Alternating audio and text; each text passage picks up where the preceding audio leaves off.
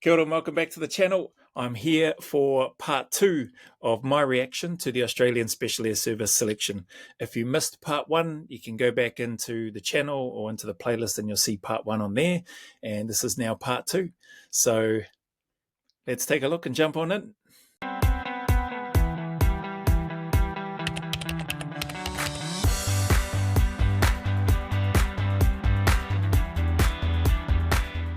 I've brought it forward 46 seconds and we'll go from here. Most who start will never finish. This is the search for warriors. In the beginning, there were 130 of Australia's finest soldiers. Sorry, I thought I'd been set up there. I thought this was back to part 1, but it looks like it's just a recap.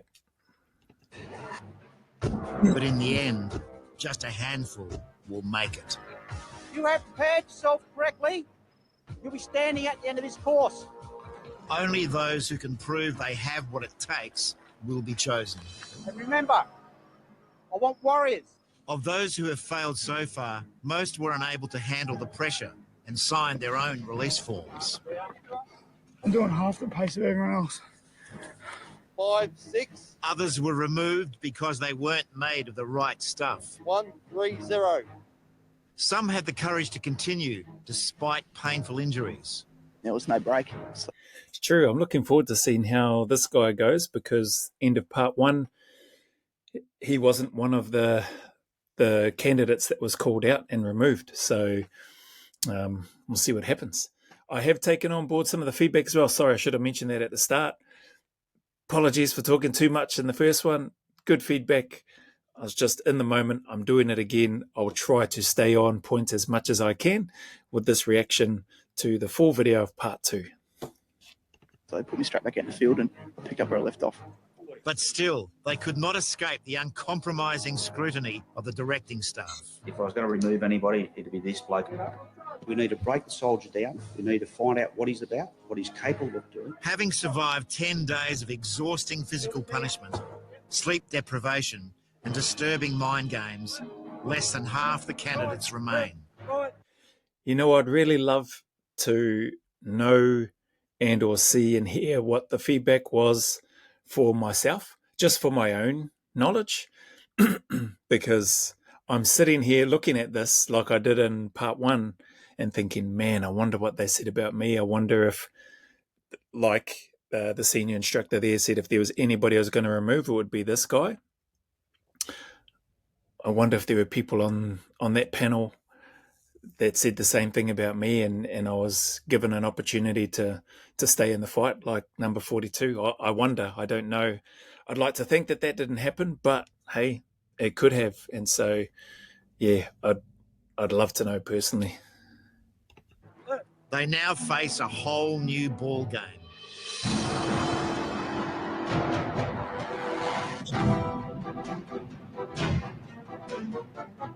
Dropped into one of the most rugged and isolated mountain ranges in Australia and carrying over 50 kilograms on their backs, each candidate is now on their own.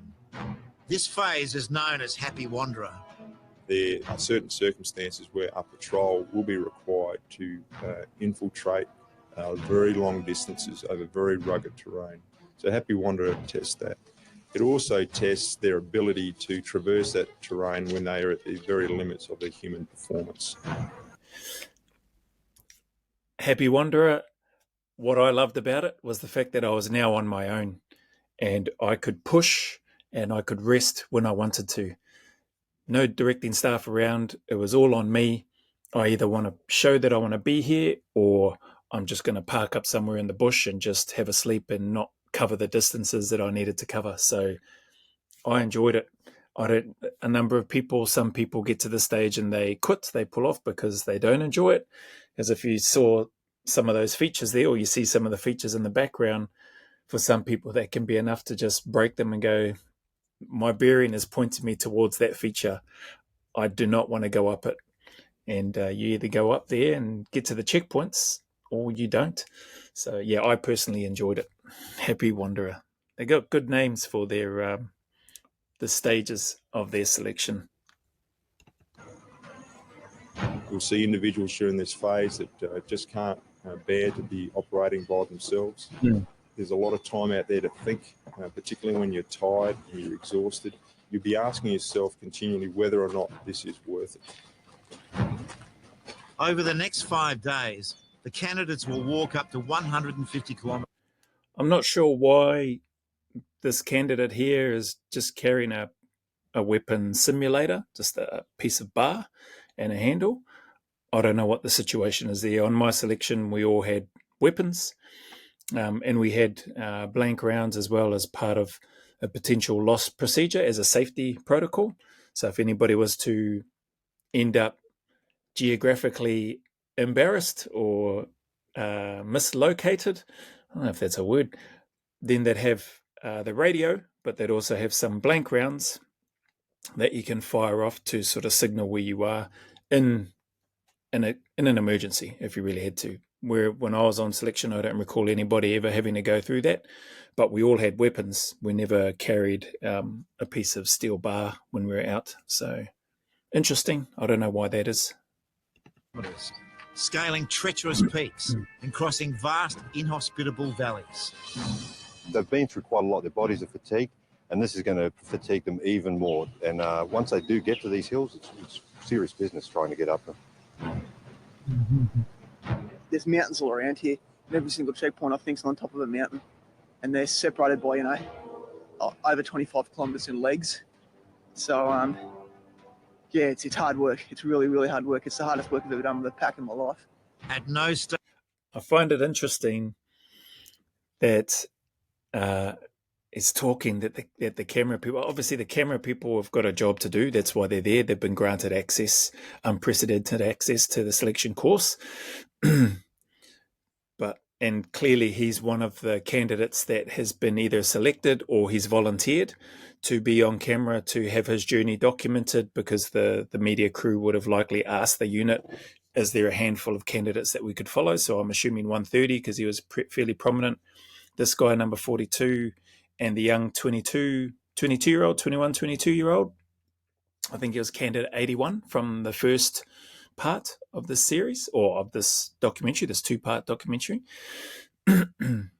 And so that's probably why he's talking. But if I was forced, or a candidate in there that was selected to speak with the media, one, I wouldn't want to do it. I'll talk about the New Zealand one that I was on, because we had 60 minutes on my selection back in the days of VHS, and when it was shown on television, and I had a recording of it. I don't know where that recording is now from VHS. But this guy, man, I'd just be head down, backside up, and just get into the checkpoints rather than spending time and say, hey, listen, appreciate you got questions to ask, but I need to move. I need to get to these checkpoints. 20, 25 legs, 10 plus kilometer legs. I don't have time to stand here and talk to you. I need to move. So I'm sure they would understand that, but yeah, I suppose it adds to the drama for the video. Stage will they be told how they are doing, how to best approach the task, or even if it is achievable. Some of the checkpoints are offset. One bloke might get 2 checkpoints in one day. Another guy might not get one for a day and a half. So it weighs on their mind. They'll be thinking to themselves, I need to do well here. At the end of the first day of Happy Wanderer, some candidates seem pleased that the challenge is so tough. You learn how strong you are mentally. Like, a lot of people like to think that when going gets tough, they can keep going, but this course will definitely tell you whether you're one of those people or not. My girlfriend makes me laugh when my lower back's killing me. I think about the stupid shit she says, and gives me a smile and makes me keep going. So she's been doing well for me today. For number 28, it's the first chance to reflect on what's keeping him going. I've got a young family, so I do miss them, but at the same time, you know that this is a big picture thing. So I think it would be a life-changing event for us as a family, and that's the way I look at it. I know when I was on selection, just chiming in here, thinking of the first guy that spoke about the funny stuff that his girlfriend says to him when his back is killing me, that puts a smile on his face. similar in NZ and in Australia for me. When I was out on my own and making my way towards checkpoints, I would imagine that I was going and seeing my partner at the time. We weren't married at the time when I was on the New Zealand selection. By the time I was on the Australian one, we were married, and I would imagine that she was waiting at the next checkpoint. And yeah, it's just interesting hearing this guy say that, thinking of his partner, and then this guy thinking of his family. It's cool that he's mindful that this would be a significant life-changing event for him and his family, because it will be if he gets all the way through. And it is for anyone, even if you're single. It's fairly life-changing, but you have a bit more freedom to play, let's put it that way. So yeah, cool to hear.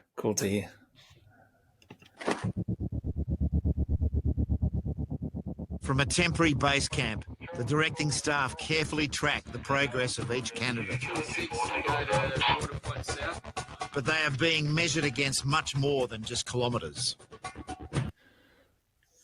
What's really interesting looking at this is just the walking along the tracks, the roads. Like, I know we weren't allowed to walk on the tracks and roads, but you would do it from time to time where you could, like that calculated risk, who dares wins, if you felt you needed to make up time. But these fellas just seem happy strolling along the track or the trail. So yeah, clearly times change as things go along. It doesn't mean that it's any easier. It doesn't mean that it's any harder. It's just interesting as I look at this now. Walking on tracks and roads was a big no-no, especially prominent main ones. You might come across a growing over track, which is sort of on the bearing that you need to head on, which is not as bad. It's okay, but still not ideal. But we were expected to stay off the tracks and the roads. So, oh well. Obviously, they're keeping a close eye on every day, every movement, every action we make. I came to one water point yesterday where they were just sitting in the bushes watching to see if we're conducting ourselves correctly. You know, keeping your webbing on, having your weapon within arm's reach. The directing staff are drawn from the classified ranks of the SAS. Most of these men must remain in disguise. They're everywhere, you know, and I think they, you know, obviously they need to be, because at the end of the day they are looking for the blokes that are the best suited for the job and that they think will gel most with the guys that are currently serving in the regiment. Yeah, they are everywhere. I remember, I'll get to the New Zealand one. No, I'll leave it for the New Zealand one. But this guy's right. The directing staff are everywhere. They're taking notes. They're observing everything that you do. And they'll have their notebook and pen like every good soldier should, or pencil, and they'll be jotting down notes. You won't know whether they're jotting down negative stuff about you or positive. All you can do is stay the course and hope that you get through it and that you're doing the right drills when you come into your checkpoints, when you conduct yourself, all the things that the guy just spoke about. It's it's intense. It's like Big Brother. That's what it feels like, but on another level. The candidates are forbidden from speaking to each other. Their biggest enemy will be their own self-doubt. Yeah, just very quickly, yep. No talking to each other, no encouragement, no nothing. Like, you see somebody, you just don't even bother maintaining eye contact with them. You just carry on and get on with the job. That's a whole another dynamic, another psychological aspect that plays on candidates' minds when they're on selection. 42. Sir, How you going? oh, fuck, sir. That bad. What? How far have you come? This morning, I think about 15 kilometres. Okay. After the last phase, candidate 42's suitability is in serious doubt, and he has been... I'll go back a little bit. One of the things that I picked up there, and which isn't a good response to a directing staff, especially if you're wanting to get into the unit, is when they ask how you're going and you slump over and you say, I'm FUCKED. Like, that's not good. You cannot, should never go into a checkpoint with that attitude and a directing staff asking you how you are and you saying that like it's that you may be feeling that, don't get me wrong, you may be feeling that and you likely are, and he is, and I know I was going into checkpoints, but I'm not going to go into the checkpoint. And if a directing staff, not that I recall ever being asked how I was, but if a directing staff was going to ask me, or if they ever asked me how I was feeling, you do not, the response is I am effed, and then slumping down on the ground in front of them. It's not the one. You're not setting a good example for what they're looking for. And I'm not going to delve into all the detail of that. You'll need to read between the lines of that. And hopefully this reaction and this, my perspective of it, helps. I'm just going to go back a bit because I think I might have missed some bits and pieces. So go to there. That's bad. Righto. How far are you come? This morning, I think about 15 kilometres. Okay. After the last phase, candidate 42's suitability is in serious doubt, and he is being watched closely. Okay, so you think you'll do that one checkpoint between now and then by last light? I'll try. I think I'd be pushing my luck. That's only 17 Ks. 17 Ks. So, and you reckon you're going to struggle to get it before last light? No, I don't think. No, I should get there by last light. So it's 6 hours away. Yep. I am driven. Come hell or high water, I'll finish this selection course. You know, that's all there is to it. But as the lonely kilometres mount up, the men are drawn to self-analysis. It's what a lot of people say. It's what a lot of people think. I think probably almost everybody thinks that. Come hell or high water, they'll finish the selection. Time will tell. This is still early doors as far as the Australian selection goes. So happy wanderer, yeah, that's, like I said earlier, that's free time. You're on your own. You're left to your own devices. You got to push yourself, and yeah, just mind how you turn up to the checkpoints. Don't rock up in the same fashion as what number 42 did. Now, I could be talking out my backside. He might be just fine, and he might go all the way through. I don't know, but it doesn't look or sound good when you speak to staff like that when they ask you a question. It's a mental game now.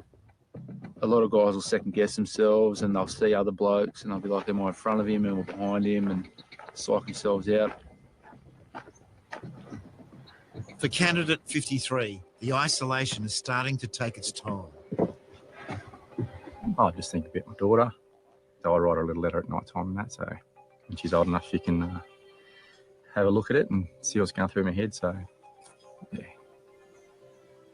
the thing that's keeping me going is that I've started something and I'm going to finish it. That's the thing, regardless if I want to be here or not. So whatever struggles I have in my head or whatever else, that just has to get pushed aside.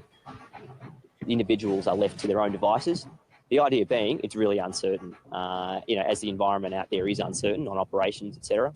If you can get a person into that uncertain mentality, how are they responding? Do they have the mental capability to, remain positive-minded, remain optimistic, and keep going and keep persevering? For myself and people that I know, when we've spoken about what selection was like and reminiscing, those that I've spoken to, and for me, we loved this part of selection. We really enjoyed selection. It was hard. It was physically and mentally challenging and draining. But those that seem to make it through all have a very similar mindset and reflection that we enjoyed it, especially these moments when you're alone, when you are left to your own devices, like the psych just mentioned. There's real strong reasonings behind, and I think I mentioned this in part one, behind why everything is done. There is a specific purpose. It's usually mission orientated and focused, and to like the commanding officer said, to gain a glimpse of the person's soul, to get a real insight into a person's soul.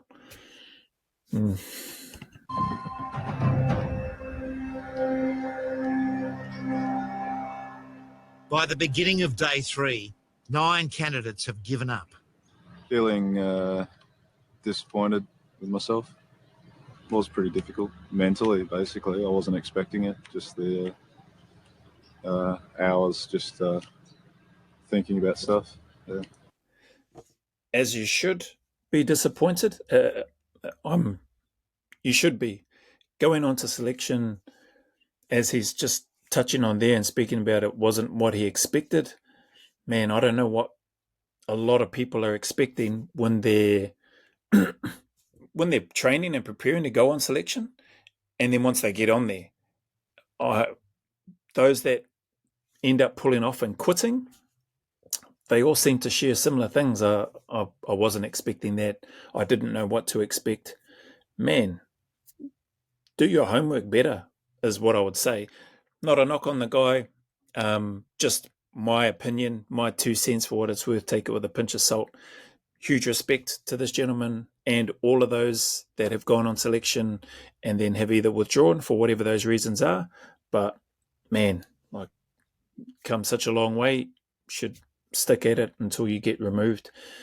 Similar to the other guy from part 1, trained 18 months. Sorry to bang on about that, but I know what that's like. I didn't train for 18 months, but close to a year I was training physically to prepare myself for selection. So I know what that journey and that sacrifice is like. And he put his family through that, put himself through that, would have sacrificed a lot of luxuries or indulgences that he probably would have liked to have had with the focus of getting on selection, passing and making it to the unit. Then to get on there and then all of a sudden be like, I'm thinking about my wife and my children now, I need to leave. Man, you should have, my opinion, just stay there for that 21 days. Finish it. You're not obligated to accept the invitation should you pass and be accepted onto the cycle. You're not obligated to accept that. Then you can explain and go, hey, actually, I don't want to be a liability. I apologize, but I had sacrificed 18 months of my life to train and prepare for this physically, mentally. I thought I was there. I got on here, and early into the selection course, I realized that I was thinking about my wife and children more than I probably should be. And I don't feel like I can put them through that now. But because I had made that sacrifice, I didn't want to withdraw off the selection course. So I'm sorry. I'm sorry if I've let you down or this annoys you because you've deemed me suitable to go into the cycle, but I can't. Whatever you need to say, you explain yourself then, not quit day 3, day 4. This was back in part 1 for the other gentleman of the selection course. Just turn up and stick at it, man, till you get removed. And do your homework better. Candidate 102 hasn't withdrawn, but he has come to a grinding halt. I've had diarrhea now for the last 3 days. And now the mental game begins. You start thinking about, okay, I'm not walking, I'm not ticking over the Ks. I've got blisters on my feet. How am I going to get through the next 3 days of doing this? And then how am I going to get through the next 5 days of whatever else they've got planned for us? Sure, it's a bit of a stumbling block, but you need to keep focused on the task at hand. And the task is right now is to get up that hill. I'm confused. I'm not sure. So he hasn't withdrawn. Must be just taking some time to air out his feet. So he hasn't said that he's withdrawn. He identifies the task. I think sometimes people, and Bill Bestick shares this best when I interviewed him a few years ago now on the Epic Aotearoa podcast that I was running with Brian Osman. He spoke about sometimes people look too far ahead. So I heard him speak about, how am I going to get through the next 5 days? Like, bro, don't worry about the next 5 days. Just worry about where you are now. Just worry about getting to that next checkpoint. And then if you break that down, just worry about taking the next, or worry about the next kilometer. Then if you break that down and peel that back even more, just worry about the next 100 meters. Pull that back even more, just worry about the next step. Okay, I think Bill Bestick describes it. Okay, can I stand up? Cool, yep. Can I take a step? Yep, good. Can I take another step? And then just keep going, get into the rhythm. Before you know it, you're at the checkpoint. Do what you need to do there, and then reset, head off to the next checkpoint. Don't get too overwhelmed by trying to look at this big 21 days and going, how am I going to get through that? Like I struggled with the retraining aspects. Now I've got Happy Wanderer. what's coming up after this? I've heard about this thing called Lucky Dip, and I'm going to have no food and have even less sleep, and I'm not on my own, and this and that and the other. So many things running through your head. Just focus on where you are at that time and just one step in front of the other. Especially if you haven't been removed at this stage. As the day slips away and the weather closes in, 102 finally summons the mental strength to push on. 0 Alpha, this is Charlie 102. Someone told me while I was training that if you think you're going to stop, think of yourself on the battlefield. Would you stop because of that reason on the battlefield? 99% of the time, no, you want to stop. Good advice. From Charlie 102, right from 4.2 down to 4.7 over. But by late afternoon, he has made little progress, and this is attracting increasing attention. By rights, he should be in a position where he's nowhere near it at the moment. So we're quite curious as to whether he's lost motivation or he's actually injured. He has reported a couple of times to have had diarrhea, which is, of concern, makes him a bit slow, but I want to make sure he's not banging it on and see that he's actually putting a good effort in.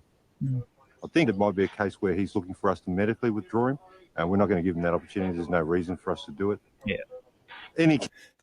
Diarrhea, and everybody's had that. If you haven't, well, good for you, but just smash the fluids if you don't have the medication, and don't eat, run the fluids, get it out of your system. You need to clear whatever's happening in your system. You need to clear it out and then crack on. If you are going to eat the dry crackers, if you've got crackers, or just plain bread.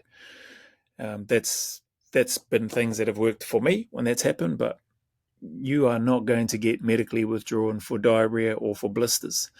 So, I'm not saying that that's what he's doing, but clearly that's the sort of stuff that starts going through the instructors' minds. Has he lost motivation? Why is he so slow? Like, he's covered bugger all ground. He's nowhere near. He's not within the minimum requirements for what he needs to cover in this part of the selection. Candidate would much prefer a medical withdrawal to withdraw and request, because it's got more honour to it. They feel better about having been removed from the course as opposed to them signing a form and saying, I can't put up with it anymore. Yeah. 102 is finally located, nearing the base of the toughest climb on the circuit. It's taken all day to get where I'd like to be, but a little way to go to the bottom of the next hill. Again, what surprises me is just the use of the roads, the tracks. These are clearly marked highways. Hard to get lost when you're navigating by road. So, and the other part is it should not be taking you that long. If you've got roads and tracks, clearly defined tracks, roads to follow and get on and walk on, and you're not getting in trouble or driven back a few kilometres like you do in the New Zealand one, if you're caught walking on the roads, you should be hammering down. And like I said, I don't recall being allowed to use tracks or roads. I may be wrong there, but I'm pretty confident of that. We were in the bush during this phase, like, apart from the times when I'd sneakily get onto a track to try to make up some ground, or if I thought I was a little bit behind, to try to make up a bit more distance. I wasn't, and I never saw anybody blatantly walking along any tracks or roads during my selection anyway. Apparently that's a good probably 3-hour rise. So just looking at your times, I don't quite think I'm going to get to the top by darkness. So maybe an enforced rest at the bottom here. So it'll probably be good for my health, but not so good for the kilometres. When he gets to that next peak, he's going to face a serious inner turmoil. There's a point at which he's got to make a decision whether he's got what it takes to get on with this course, or whether he should, in fact, withdraw. A forced rest was the term that I heard him use, the candidate there, 102. It's not a forced rest. You're not being forced to rest there. You're choosing to rest there. And anybody going on to selection, if you get to this stage or at any stage on the selection, 99.9% of the power sits with you. You are making the decisions to not keep pushing. You are making the decision to stop and rest. You are making the decision to let your body start to take over and tell your mind that the blisters on your feet just hurt that much that you can't move, that the diarrhea that you're having, that you can't just run that out of your system and then put your gear on and keep moving. It's not a forced rest. It's a self-imposed choice that he's looking to make, if he does make it, if he decides to stop at the bottom of that feature instead of continuing on the rise up.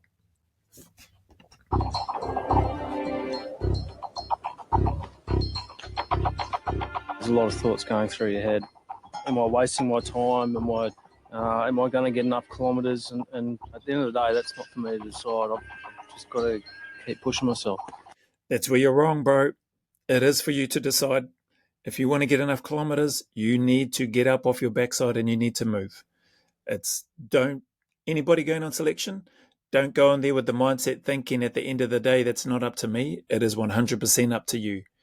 Selection is up to you. Your decision to volunteer, to go on it, your decision to turn up, your decision to push, your decision to sit down and rest and talk yourself out of it, or your decision to get up, keep moving, and get the kilometers done. Your decision to run when you think that you need to, if you are lagging behind. It is not purely up to the unit or to the directing staff. It's on you.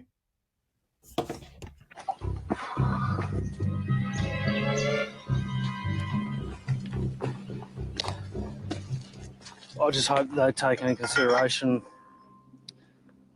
just illness but I don't know. You're clutching at straws, mate. Like they're not going to take into consideration diarrhea. It's not illness. It's just you got a bug. Either you didn't wash your hands or you drank some water out of the river that may not have been that clean. Whatever it is, diarrhea is not an illness when you're on selection. And people will start doing what he's doing, looking for excuses, trying to find ways out of it. What can I do? Because as the other senior instructor, Sergeant G, was mentioned, people will look for a way out because they think there's more honour in it. Oh, I got medically withdrawn. Like, I didn't quit. And I touched on this in part one. Yeah.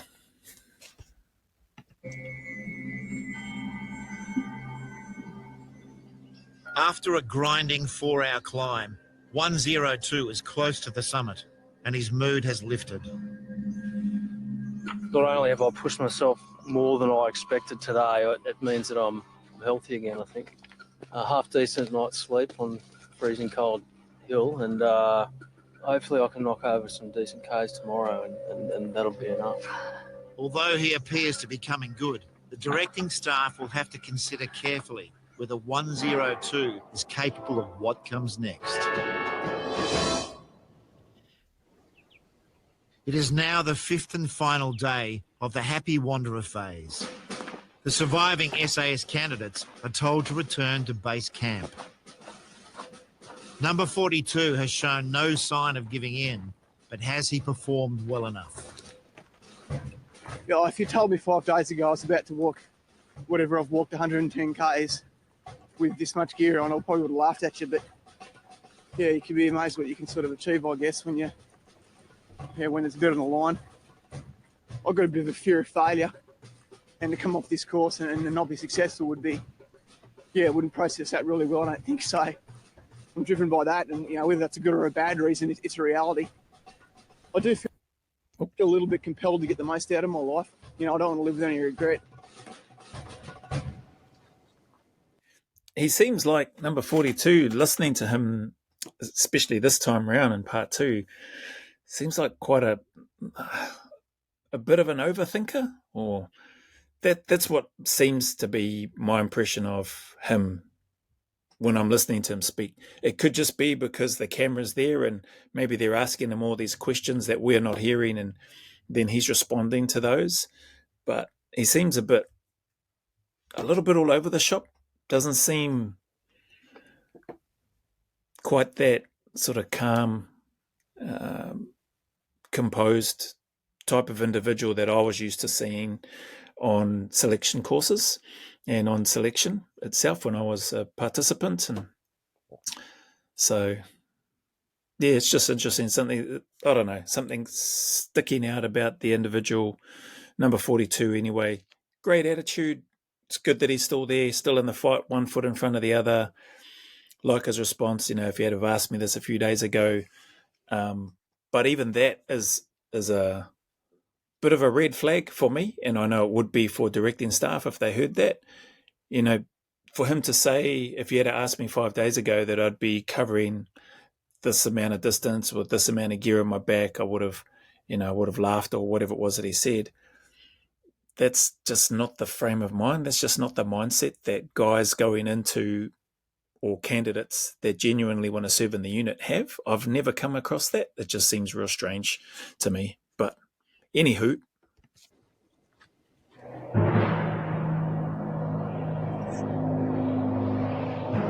The candidates are now trucked 6 hours north, back to the base at Bindoon. Here, the senior directing staff consider culling more men. Look, he's done 115 Ks. It's not disastrous, but it's not great compared to his peers. Each remaining candidate is assessed, not just by the kilometres achieved, but for any sign that they are not the right type of soldier for the regiment. He's one of the only blokes that walks along and looks at the ground all the way. He physically can't lift his head and look in front of him. The analysis continues into the night, and the men are left waiting, cold, unfed, and uncertain.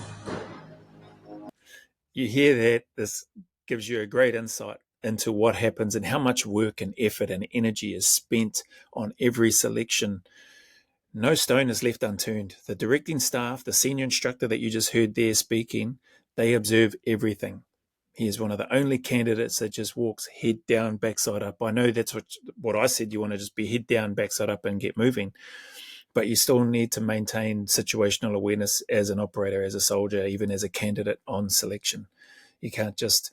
I shared that in relation to just basically trying to put it across in a nice way, to ignore the media and crack on with what you need to do and where you need to get to, rather than stopping there where he was at that time talking to them. But it gives you a great insight into just that's all it is. This is just a glimpse. There's a whole bunch of other detail. I don't know if you picked up on, they had another photo of another person, or they could have been talking about 42, I don't know. But they said, he's done 115 kilometers. It's not disastrous, but it's not the same as what a number of his other candidates have completed. On Happy Wanderer, actually I can't. Yeah, no, I'd be guessing. But clearly I must have done enough. I felt like I did enough because there was a couple of guys in there that were fit as, just strong as. They did 2, maybe 2.5, maybe 3 kilometers, 3 checkpoints, 2 or 3 checkpoints more than me. And I knew by the then, when he found that out, because we sort of whispered to each other when we had a bit of time and we thought no eyes were on us. How many did you get? He's like, I got 14 or whatever it was at the time, and I was on 11. And I was like, oh, okay. I was like, oh, Stinky's still done, covered a lot more distance than me, but I reckon that puts me sort of ballpark. I must be still, I would say I'm fairly comfortably within where I need to be, or past what I needed to cover as a minimum. So that played well in my head. Whether or not it was true was yet to be seen, but it seemed to work out well. So hearing them speak, 115 kilometers, it's a lot of distance to cover. But when you're looking at it 5 days, it's sort of, and you got clearly marked roads and tracks, and you're only doing, 11 kilometers or something like that, or a little over 10 kilometers a day. Oh, hang on. 20 kilometers, a little over 20 kilometers a day. When you've got multiple checkpoints that are sometimes 15, sometimes 20 plus kilometers, sometimes close to 30 kilometers away, that's not a lot of ground. But like the instructor said, it's not disastrous, but clearly it's not up where a large number of the other candidates who seem like they have prepared well and have clocked up a lot of distance. Finally, a decision is made. Okay, the following candidates, I want you to move to the front and step over and wait beside that shed. Candidate 102. From the time I fell ill, I think you start preparing yourself for it. And for the last couple of days, it really was a sense of inevitability about what I was doing. You just don't know what the directing staff have picked up over the first 2 weeks. It could have been something that happened on day 2 or 3, and then now that I've settled down to the bottom of the list, they've gone, oh, yeah, but remember this, okay, he's got to go. Candidate 42.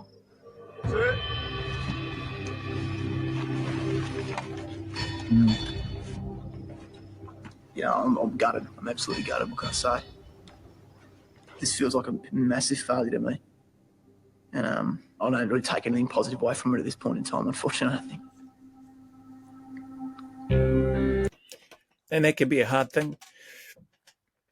It's must be crushing to go through that, to get there and to come that way, get through a decent amount of the selection course, and then be given your marching orders, because there are things that they've picked up on about you that just have not met the criteria. And I hope candidate 42, maybe he's gone back and maybe he's in there now, so maybe he doesn't need to. But if he isn't, hopefully one day he goes back and watches this video. If he hasn't already, this is fairly old, but hopefully he watches it, and he would probably be able to pick up on and see and hear how he's displayed himself to some of the instructors, which isn't great by and large for a number of things, in the way that he's spoken when he's been there with the staff. Not because he's been arrogant or anything like that, but just has seemed a bit unsettled, sporadic, bit of a not scatterbrain, but just very overthinking, worrying about a lot of stuff. It appears a lot of anxiety. I don't know if that's something that he has or that he had at that time, but 100% big respect, salute to him for going on selection. It's hard right there. As he mentioned, he finds it hard. He can't find anything positive to take away. Bro, there's a lot which I'm sure he's reflected on now, but the simple fact that he didn't quit and he didn't remove himself from the selection is huge. He didn't sign the withdraw at own request form. He was removed and he stuck at it. He had a bad tumble, injured himself, had to get checked out. He was fine. He got back in the fight. A lot of positives to take away, that he can apply that outside if he hasn't gone back to the unit. Or if he hasn't gone back to try again.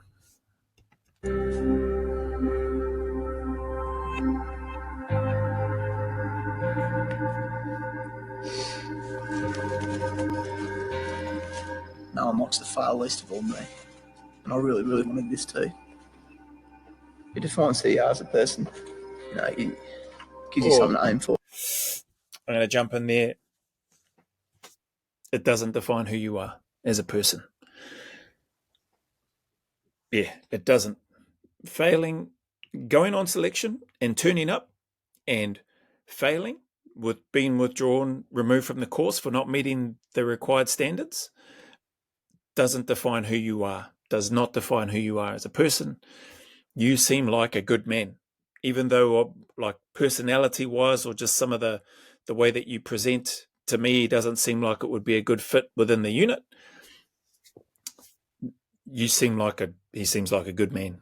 And so failing something, failing anything, failing a selection course, losing a mixed martial arts fight, which I've lost a couple of those, failing, feeling like you're not a good father, or not doing well at a job the way that you hoped or anticipated, does not define who you are as a person. He's still a good person. And yeah, hopefully, I don't know where he is now. I don't know him other than number 42, candidate 42. Hopefully he's smashing it and taking the lessons from here and no longer sees himself defined as somebody that failed selection. We'll get into that stuff later on from a personal perspective for me later on, and what I've learned speaking with other people that have served in the unit. What's our position?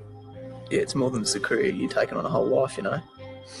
And that's what you got to give to get it. You got to give, give your life to get that in return. So, it feels like it's a lot more than just a job. Man, I'm jealous. And good luck to all of them, they really earned their spot to be there, and they deserve that chance to go through. Man, I just wish I was one of them, The dancers in the sun, joyously calls to me to join my happy song. Valerie, Valerie. Now, with less than 40 men remaining, the real test begins. Hearing them sing brings back memories. We were given songs and stuff that we needed to sing in that as well. Not that I remember them, but there is one aspect that I remember. One of the directing staff who instructed me after the Happy Wanderer phase. I think it was Happy Wanderer phase. We were in Bindoon, and then we were travelling to Collie. Yeah, we were travelling to Collie, another part in WA for more close country navigation. And he said I had to learn. He asked me if I knew the Australian national anthem. And I was like, oh, bloody... So no staff. He goes, oh, you need to learn it. That was one of the sheets that we were given anyway with one of the songs that we needed to learn, the Australian national anthem. Clearly, as a Kiwi, when I went over, I'm privileged to have dual citizenship now, both New Zealand and Australian citizenship, which I'm truly grateful for. But I had no interest in wanting to learn, let alone sing the Australian national anthem. And I was tasked that I had to learn it on our trip to Collie, which might have been a couple of hours. I don't remember exactly. It was a few hours anyway. And I had to learn it before I got there. And then once we got there and we were off the trucks, off the bus, then I would be brought out in front and I would need to sing both verses of the Australian national anthem, not just the first verse, which you hear at the beginning of sports and games kicking off. They just do the first verse and finish on Advance Australia Fair. I had to sing the second verse and... or both verses. So he pulled me out once we got there, asked if I had learnt it. I said yes, because he had mentioned that if I get it wrong, everybody was going to get punished. So if I got one word wrong in the national anthem, everybody was going to get punished. I was grateful to have a really good friend, or one of my good mates on selection, who was helping me learn it.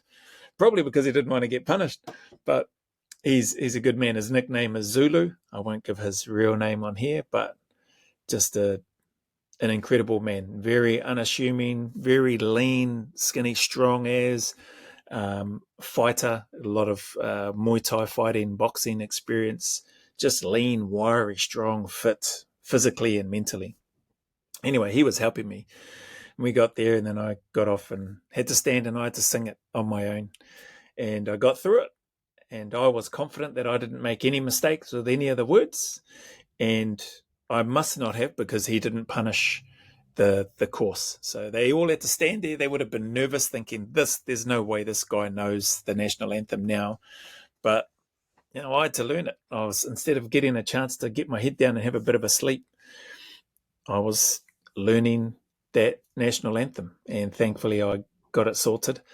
Banged out both verses for the Australian national anthem, and the rest is history. That was probably that, and then having to do the haka during another phase of the selection course they got me to do. Probably the only two things really that, whereby like the staff were fair. They didn't try to ride me or weren't looking to pick on me or anything like that. There was none of that.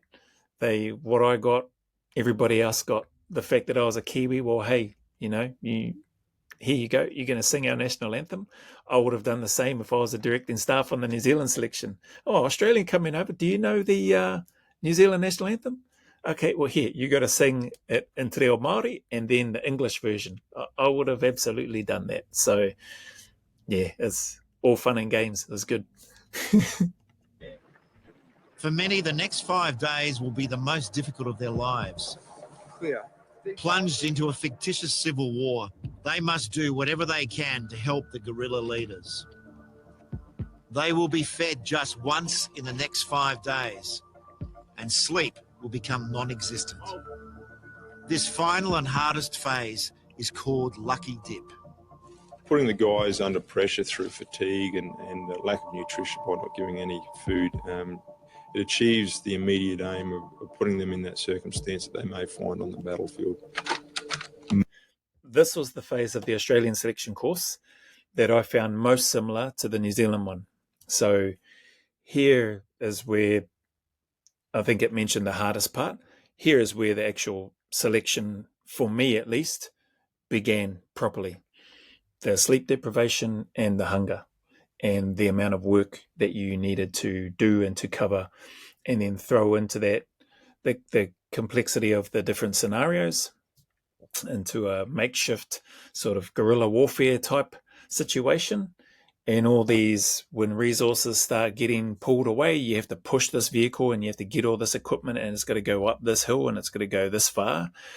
Or you've got these people are now injured. You've got to carry one of your teammates as well as all their gear, as well as take all of this equipment to another location when you're already fatigued, hungry, sleep deprived. It all plays up. So for me, lucky dip was and I didn't know that this was the last phase of the Australian selection. I thought that there was still more to come. So that probably set me up well, because I thought that there was still more to do. But lucky dip is when the Australian SAS selection started for me. And that was the part that was most similar to the New Zealand one at this stage. Most battles are lost in the mind of the individual well before they are physically lost on the battlefield. So you want an individual that will go that next step to ensure that mission success is always achieved. At the end of the day, your men are important, but the mission is the most important. And that's what we're trying to see out of Lucky Dip. On the first night, they are kept awake by a tribal leader. He wants to know what the Australian soldiers are made of. We're here to talk about warriors. Put your hand up here if you've lost a warrior brother in combat. You. Many of the remaining men are experienced soldiers who have already confronted the brutality of war. The section was on patrol in Chora Valley, trying to find some Taliban or some insurgents in the area. We were ambushed by Taliban insurgents, and then a few things happened from there, and he ended up getting shot. And that improvised explosive device killed one A&A member, killed our interpreter, and gave small fragmentation wounds to one of our soldiers. Clearly, the selection, and with the war on terror in Afghanistan and everything that was happening at the time, soldiers from all around the Australian Defence Force were tuning over and cycling in and out of country on rotation and on operations. So a number of these candidates have got lived operational battlefield experience. And so it's great that these operators here have asked, it's part of the game to keep them awake, but it also gives them an insight into the person's state of mind, their clarity of thoughts, and how they can communicate, or how they communicate incidences, a lot of them, and if not all of them by the sounds of things, tragic situations and incidents that took place for either them and or their mates that they served with. So they were asked if they had lost any warriors, and people are going through and sharing some of their experiences. So hats off to them to be going through that and then putting their hand up going, you know what, I want to do more. I want to go and serve with the Australian Special Air Service Regiment so that I can be more, potentially, I'm not trying to speak for them, but that's the mindset that I had, so I could be more useful, so I could be of more service. I agree. Yes. Thank you for your warrior story. Who else has a warrior story?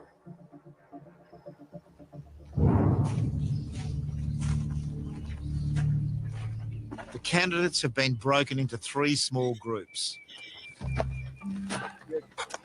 They now face the punishing reality of what this phase is all about. Impossible tasks demanded by directing staff, posing as guerrilla leaders. What they're carrying are outboard motor engine boxes that have been filled with sandbags. They've got a couple of poles and some ropes, and their dilemma is to get it across country. They're quite heavy. It takes 4 blokes a bit of effort to get it off the ground, and they need help from other people to do that. So clearly it's a task that's bigger than they can really achieve, and that's what we're aiming for here. If we're going to pause, guys, let's communicate with each other. Yeah, all right. We're going to assess the candidates throughout, particularly the bloke who's been given command of the activity. And also they'll be watching people who can clearly see a better solution. What's other measures that we can do to make that happen? Like if we have to rethink it all. Chuck another pole. Yeah, maybe another pole or somewhere like that. Like the original idea. That was it.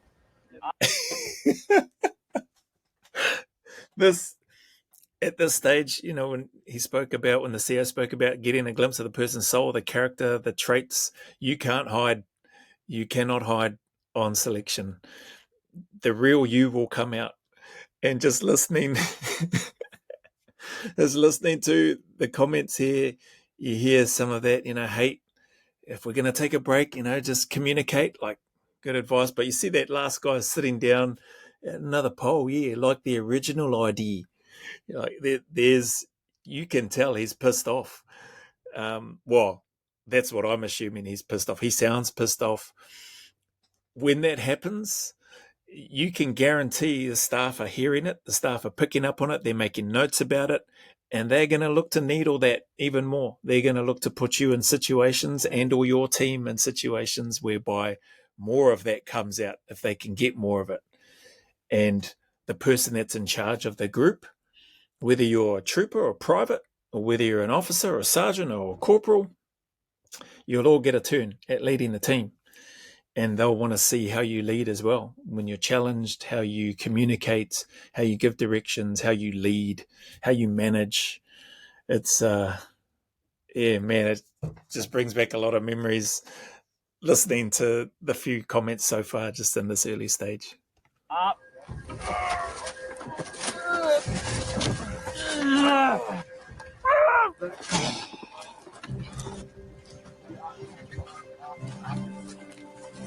1, 2, 3, heave. The activities are simple in nature, but when you are tired, sleep deprivation, lack of food, constant work rate, this is when all those little personal traits come out. 1, 2, 3, go. This is where we really test the soldiers' mettle, their endurance, their tenacity, and that dogged determination comes through with those soldiers who want to win. Make your men work harder. They're not working. No, they're not. Make them work. We'll be here all day. And then, you've got the staff there that are not happy. They're never happy. Make your men work harder. They're not working. They're lazy. They're not working hard enough. Just adds more and more layers of anxiety, some frustration, some anger will come out with potential candidates, some responses which may be a bit short and sharp from candidates when you're hot, when you're hungry and you're tired, and the real you comes out. As the day unfolds, the guerrilla leaders show no sympathy for the men's growing exhaustion. We can get there, we can get there. Hurry. Being told to hurry, now he must be in charge of the group. The guerrilla leader's speaking to him because he's the leader. You may be the private, you may be the officer.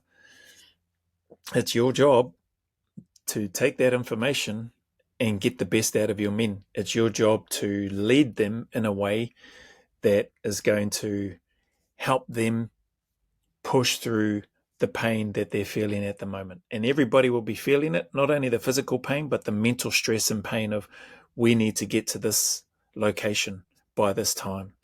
Doesn't look like we're going to make it. We can't make it. That's impossible. But you need to find a way to rally your troops, rally your team, and get them moving towards trying to achieve the objective.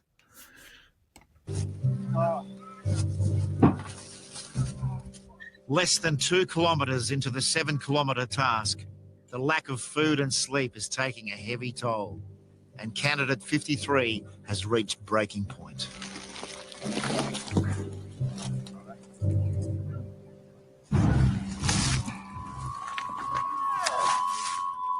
like it's in that rib.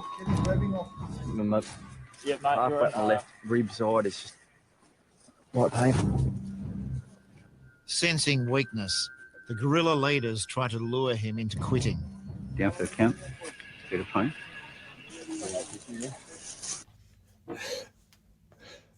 Good old directing staff. I think this is the PTI guy, the guy that in part one they're talking to him about the lycra, and I mentioned about PTIs, the short shorts, the tight clothing, kicking around.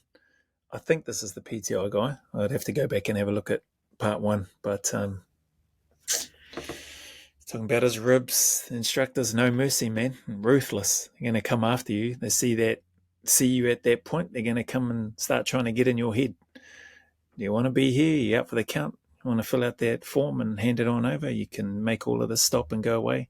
It's a nice feed for you waiting back at base camp. Good feed, something to drink, get nice and warm, get cleaned up, get the medics, have a look at that rib of yours or whatever's wrong, get it fixed up, get you some rest, you'll be good. All of that stuff be running through your head.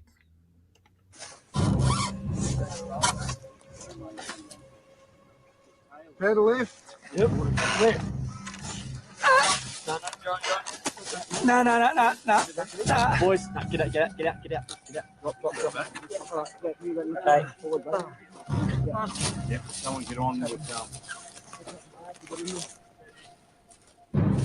Unable to contribute physically, 53 is sent forward as the scout.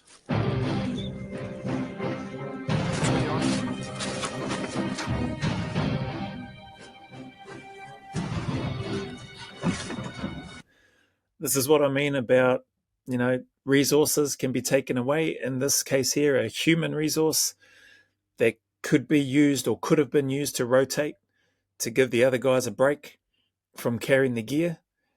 Now that individual is out of the mix. He's the scout. He's still somewhat useful. He's leading the way, going to try to find the best path for them to make it easier, but he's not able to help the team carry the load. He's just carrying his own weight, and that means guys have to stay in under the load longer than what they likely would have had to if they still had their whole team capable and able to contribute and tag in and out.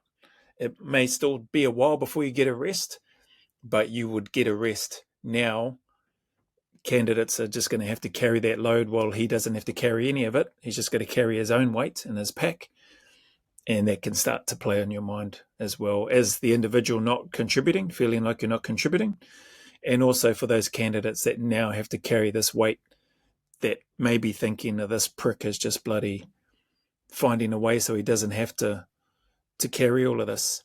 They may or may not be, but all of those things come into play, and the dynamics you see of your group and of the selection or the group that you're with on your selection can start to change significantly. Finally, the group reaches the destination, only to be told they will need to take the cargo even further. To help, they are offered an alternative mode of transport. That's where your vehicle is. You need to go and collect it. Roger that.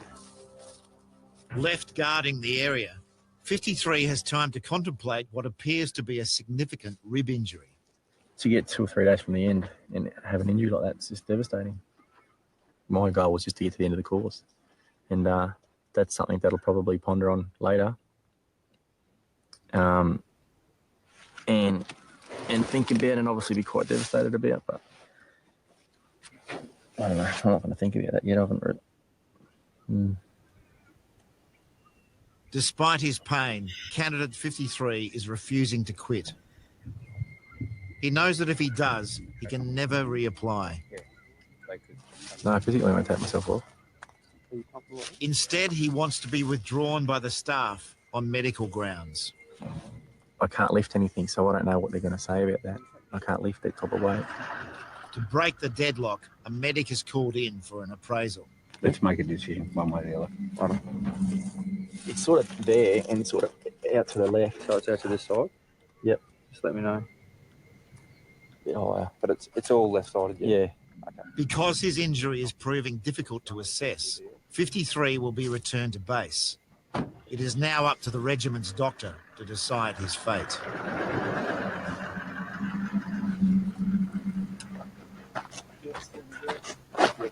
Chip down lower.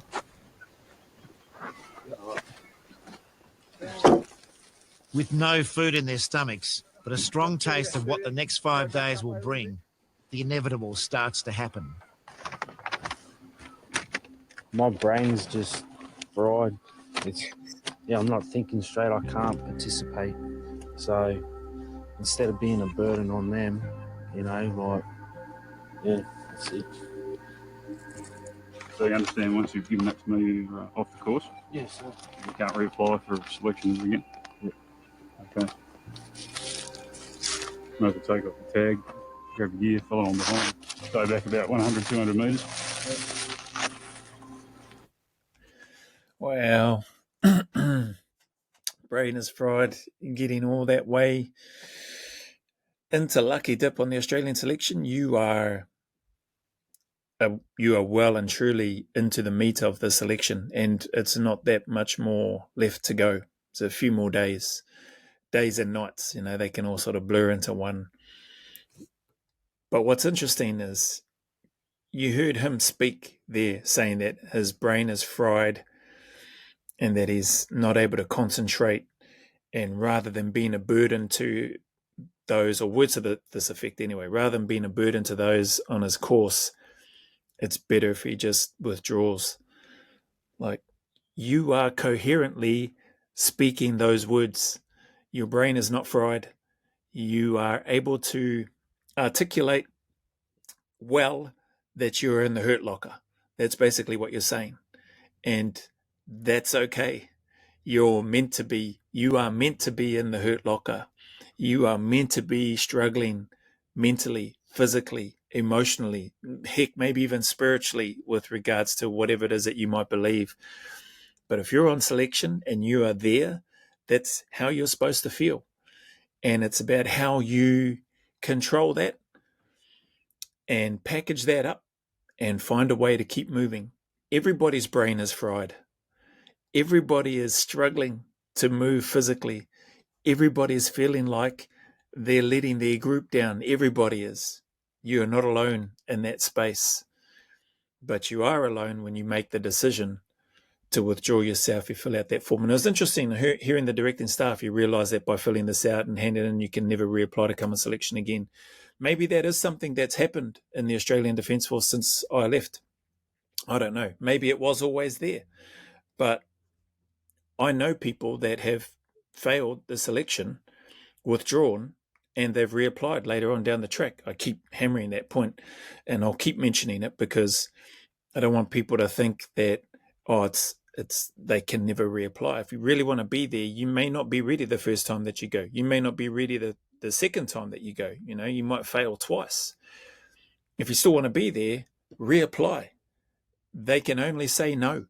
The unit can only say no. If you reapply and they look at your record and go, well, you failed last time, you withdrew, no, we're not giving you another opportunity, then cool, okay, If you still want to be there, I would then reapply again 6, 12 months down the track. Sooner or later, they're probably going to get haw-ha with you. That means frustrated, annoyed, and they may ask you to write a letter. Do that as well, write a letter.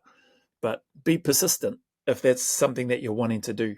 At the same time, I'll say this, don't be that guy that just wants to persist and be an embuggerance, an annoyance, and always pull off the selection, because then it serves you bloody right if you never get another chance. So, anyway. I guess I just wasn't, prepared mentally. I don't know. Yeah. Shit happens, eh? Just not meant to be, I guess. Definitely not meant to be when you're like that. Contagion now spreads to 62. I love that word, contagion, and I'm sure they probably got that from speaking with the staff, but once you see somebody go, it is contagious. It can start to spread within your group. And for myself, that made me happy. It gave me strength. Not happy when I'd see my mates leave, I would want them to stay. But if they felt that it wasn't for them, and especially if it was people that I didn't know, and they withdrew, man, it gives you, or gave me, a real boost of energy. It gave me a real boost of confidence that, man, I'm hurting just like you, brother. I'm in the locker physically and mentally, but I want this, and this is what I volunteered for, and this is the work that I want to do. So, it can be done. Look at our directing staff. None of them are big, Lincoln mountains of men. They're not these big, massive bodybuilders. They're just typical average Joe looking individuals, and they've been through it and they've completed it. And that was another drive for me. I'd look at some of the staff and go, if you can do this, I can 100% do this. That was just my mindset. Right or wrong, that's what I felt.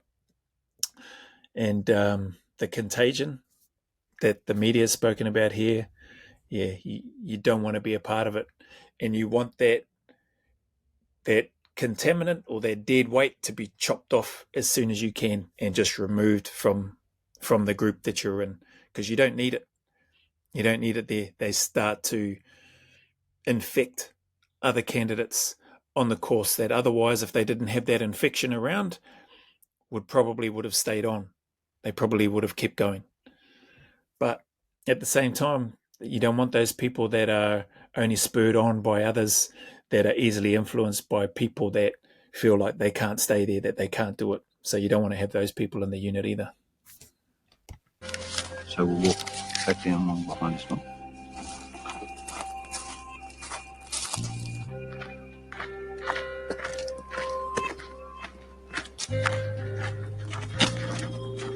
By the end of the first day of the final phase, 7 more men have quit. For those who choose to stay, the pain will only get worse. Yep. These men are only 4 days from the end of the 21-day selection process and the chance of becoming an SAS soldier. However, another sleepless and foodless night is followed by another day of crippling tasks. Candidate 53 has been returned to the group, his injury deemed too light to be given a medical withdrawal. There you go, mate. The medics and that, they're good at their jobs. They're going to do everything that they can to assist the directing staff, the badged operators, to find the right people, to not give an easy way out. The medics aren't there. If you're going on to selection thinking, oh yeah, it's all right, if I'm struggling, I'll just look to get medically withdrawn. The medics are not on your side, and so they shouldn't be. Yes, they'll be there to provide support and help, and they're going to use their expertise and the skills that they have to make valid assessments. But they understand the nature of this work as well, and they understand the requirements of what the unit is looking for. And if you're trying to get out because you got a sore wrist, sore hand, sore foot, in this case some sore ribs, they're not going to make it easy for you. They're not just going to give it to you. Or the diarrhea guy, you're not going to get that. So be well prepared. And unless you snap and break something, that's probably going to be one of the only ways that you get removed off selection. Even then, it may depend on what it is that you break. So don't guarantee that. But good that he's back. He's in it. And keep going. That's all right. How do you have the first one to do, yeah? It isn't long before the pain becomes too much. I can't load anything. As soon as I get any weight on my shoulders, as soon as it collapses outside, I can't breathe. As soon as you're talking to yourself that way, and I'm not going through it.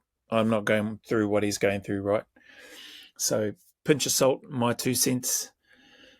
But man, you have to, you've come so far. Whether or not he stays, I don't know. But I'm not trying to make it sound easier than what it is. It's clearly difficult. It's clearly hard. I haven't had that with regards to what he's feeling in that moment on selection. Had my own turmoil and struggles to worry about. But you make a decision. If you can't lift anything, if you feel you can't help your team, if you feel that you can't breathe as soon as you get some weight onto there, then you're going to have to make a decision. I don't think they're going to give you a medical discharge. Well, clearly the medics haven't given him a medical discharge yet, so it'll be up to him. How you feeling, mate? You going to be right to go in 5 or? No, mate.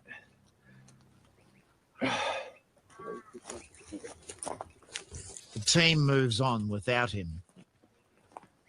They strapped me up. I got told I had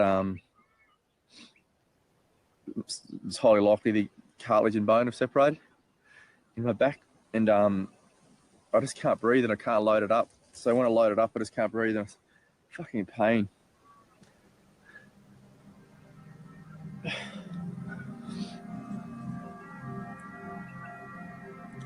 Now desperate to be granted a medical withdrawal, 53 waits again for the ambulance.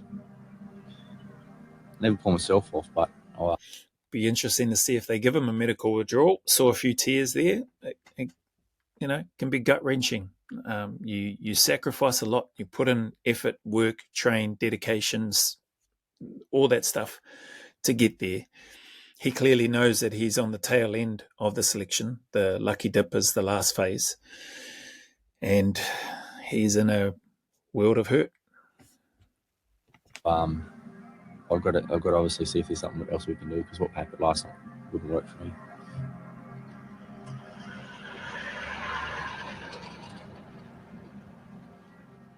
Meanwhile, the team trudges on. 1, 2, 3, push. We've had no sleep, no food. Yeah, the body just, you can feel it it feels like it's eating itself inside out, yeah. I feel like we hit that catabolic state where, because I haven't had any food for a couple of days and just water now, so it's, it feels like it's getting worse and worse as we go on. 1, 2, 3, push. While some are struggling to cope with their shrinking bodies, others are starting to grow in stature. Dudes on the side, if you push the wheel, you actually get more leverage. Yeah. Okay, yeah. Oh, we can do this, fellas. It's Okay, only a rock. Suck it up for one big one. Ready? 1, 2, 3. That's it. Good work. Okay, rest. A few hours later, 53 is returned. This time, he's been shown some mercy. They gave me the option to have an injection into that area for immediate pain relief. It's only going to last for 5 hours. I've got some Panadol and all that other stuff, so I'll just try to manage it the best I can. Satisfied his injury can't get worse, the directing staff now want to see what he is really made of. Basically, we want a soldier that puts himself last, his team, his mates first, and a mission first. His comfort comes last, and that's a crux to it. They're always playing games. Every day's a game. So as long as they give me an opportunity, I'll take it. I love what the senior instructor spoke about. You are last. You need to understand that. You need to put your mates first. I remember on the Australian selection, there was a part there where there were some blackberries. Edible. They were nice. And there was a stage there where you're carrying stuff and there was all these blackberry bushes and the blackberries just happen to be in season. And we're walking along, we're carrying equipment in this phase of Lucky Dip. Nobody said anything. Staff didn't tell us that we couldn't grab them and eat them and all that sort of thing. But those of us at that time, there was a period of time where I wasn't on the equipment, so I wasn't carrying, so I was off to the sides. We had another guy in the front, and then there's guys carrying, and then we'd rotate at different times. When we come to those blackberries, clearly my eyes lit up and I saw those.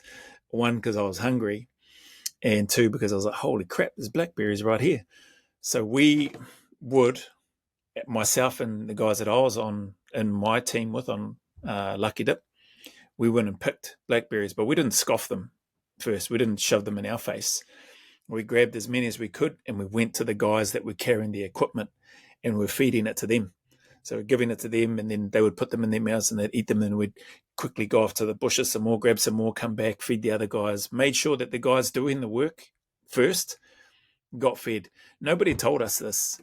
Nobody said to me or the guys that I was in my team with saying, hey, there's blackberries, let's go get them, let's eat them, and then, then we can feel good. Nobody told us, get that and feed your mates first, and then you get you some after, if there's time, when you've grabbed enough. It was just something that you should know intrinsically. Like you should have the wherewithal to think of your mates first, especially thinking of your mates that are doing the work. And if you don't have that mindset, if you're not wired that way, that's going to stand out. I can guarantee there's no way I would have been, and I'm not saying that this is the only reason that I was fortunate to get through selection, but I know it would have been a contributing factor. Imagine if I and the other guys in my team, that when we weren't on the gear, we went to the blackberries and we grabbed those and we started chuffing those down our face to feed ourselves first. You can imagine, just as I speak those words and as I'm talking about that, you could imagine how off-putting that would be to you, how off-putting that would be to the directing staff, that you would be scum, in my opinion. And I'm speaking on behalf of what I think the directing staff would have thought. They would have thought I was selfish piece of scum, or a jack. C word is usually the word that comes after. In the military anyway, that was a term that was used. You are a jack. C ends in T. I won't say the whole word out, because you're not thinking of your mates first. You're just thinking of yourself. So I love what the senior instructor shared there. That is a core part. And well, he said that's the crux of it. So there you have it, right? You need to be thinking of your mates and you need to put them first. And if you don't inherently have that wired, if you're not, I don't know whether it's because you're raised that way or whatever, but if you don't have that, you will struggle in this part of the selection course. If you've got a me attitude and approach, you won't see the blackberries as energy to help your mates that are carrying the equipment first. You won't grab them and feed them first and make sure that they've got something in their stomach to give them energy first. If you miss out, because the blackberries didn't last forever, there just happened to be a few clumps, and clearly we're not moving super fast. So there's an opportunity to grab, come over, feed them, grab, come over, feed them. Once everybody had some, then yeah, I'd grab some, shove some in my mouth, then grab some more, go back, feed them, feed the others, make sure everybody's had, again, plenty. And then if there was time, and if we were still on trail with where the blackberries were, grab a few more and eat those. But don't go and scoff your own face first without looking after your mates. They can always fix you after. Guys have finished fucking selection courses with broken arms and broken legs and all sorts of stuff.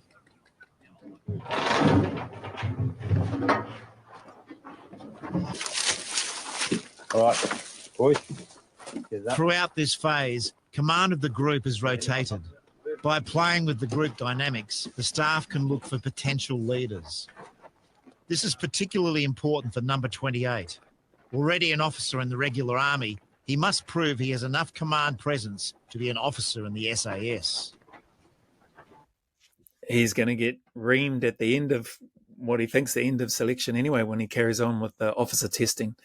So officers have an additional aspect to the selection course. So when the rest of us ORs are finished, it's not done for the officers. They've still got more officer testing as part of the selection when the selection ends for the rest of us, for that phase anyway.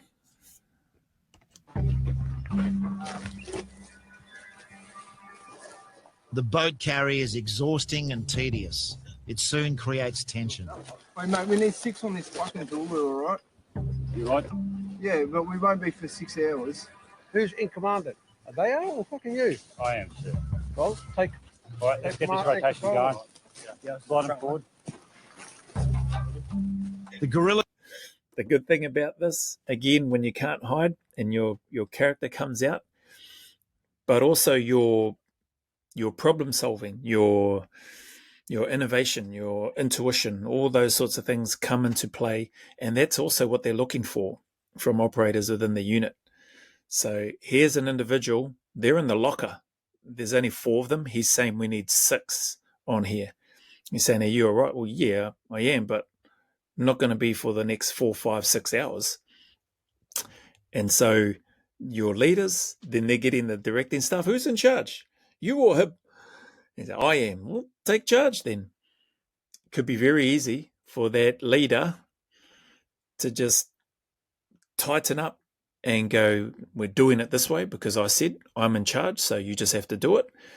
And you know what? The guys, the candidates on there will probably do it.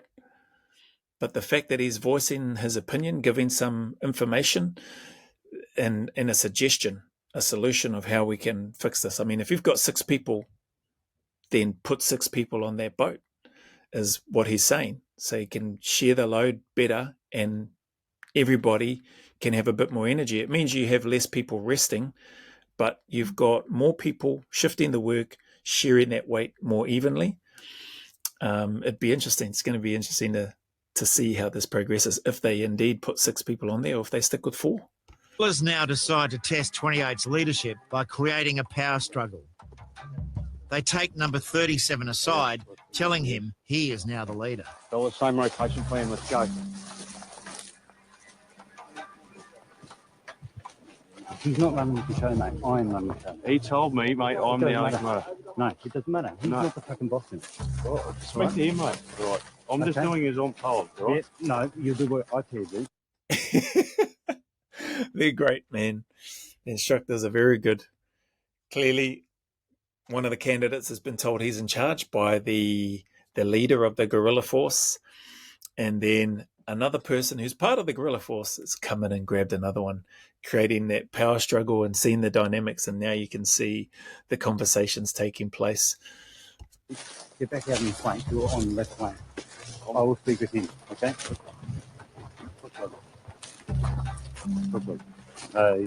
You talk with me. Why are you speaking to me? He's only going to speak to me, mate, all right? Right? We don't need to talk to him. We need to follow him right now. I need you back out on the left flank. All right, let's go. Let's go, fellas. Start pushing through. Don't fight me on the flank. Get back out on the left flank, please. Thank you. Now. Every single soldier that we select is a leader in his own right. The officers need to be leaders of these leaders. Perhaps 1 or 2 individuals aren't very good at working in a small team environment. Therefore, you'll start to see the fractures occurring during the conduct of those simple tasks. In the end, 28 is officially told to relinquish the command. Commander, all right, steady there, fellas. Grab it.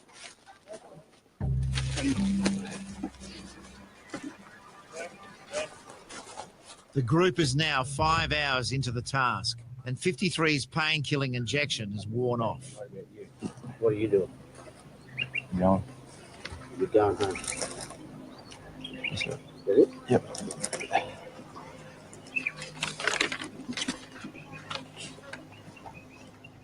The dreaded withdraw at own request form. Telling you, you keep that thing in your pocket when you're on the course. Your chances of signing that form go through the roof. That's just my opinion. When you don't have it on you, you've got no option. You don't have the option to withdraw at your own request because you don't have the paperwork, because you got rid of it. You threw it in the rubbish as soon as you had the opportunity to get rid of it without the staff knowing, seeing, or looking. And if they ask you, if they do an inspection, which they never did on mine, but if they ever did an inspection and said, pull out your withdraw at own request forms, and you don't have it, you be honest and straight up and tell them that you don't have it and why you don't have it. Because I don't plan on filling this out. I'm not filling it out to withdraw. I'm either going to break something, be completely damaged so that I can't. I'm either going to be removed by the instructors because I'm not meeting the minimum requirements, or I'm going to be dead. That's the 3 ways I'm getting off this course. So keeping that withdraw at own request form in the Australian SAS, exponentially it increases your chances of withdrawing from selection. And you have already got so much against you, you want to try to stack the odds in your favor as much as you can. And the simple act, in my experience, of screwing up that withdraw at own request form, getting rid of it, or burning it when you're out on Happy Wanderer and cooking you a brew or whatever and having a feed, get rid of it. Then you don't have to think about it or worry about it because now you've got no option.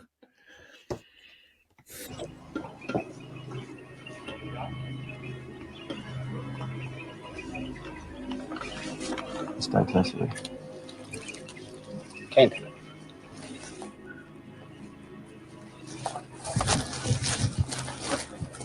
Okay. Right, so you're no longer on the course. So you can take that off. So take off your number. No longer a candidate. Okay, and once the rest of the team moves off, you hang on to that. Make sure you hand it back to the queue so when you bail out.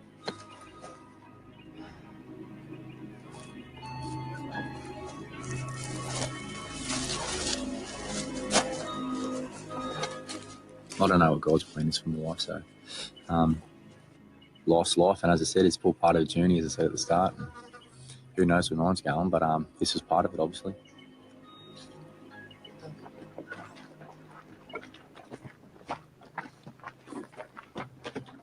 Again, huge respect to him for putting himself out there and going on the selection and doing the best that he could. Huge kudos to him. Salute, respect. Not easy, not an easy thing. 19 days ago, 130 men started the selection course. Now only 38 remain. Underneath the lamplight by the barracks gate, darling, I remember the... Still only 4 of them on the boat, on the Zodiac. So clearly the suggestion from the other fellow to have 6 on, the officer didn't want to listen to it. Looks like they've got enough men on the sides and in the front to be able to whack another pole in the middle. But hey, sometimes people listen to you, sometimes they don't. Way we used to wait was there that you whispered tenderly that you loved me. You'd always be my lily of the lamplight, my own lily mine. The long physical days without food are exhausting, but it's the nights that bring the real mental anguish.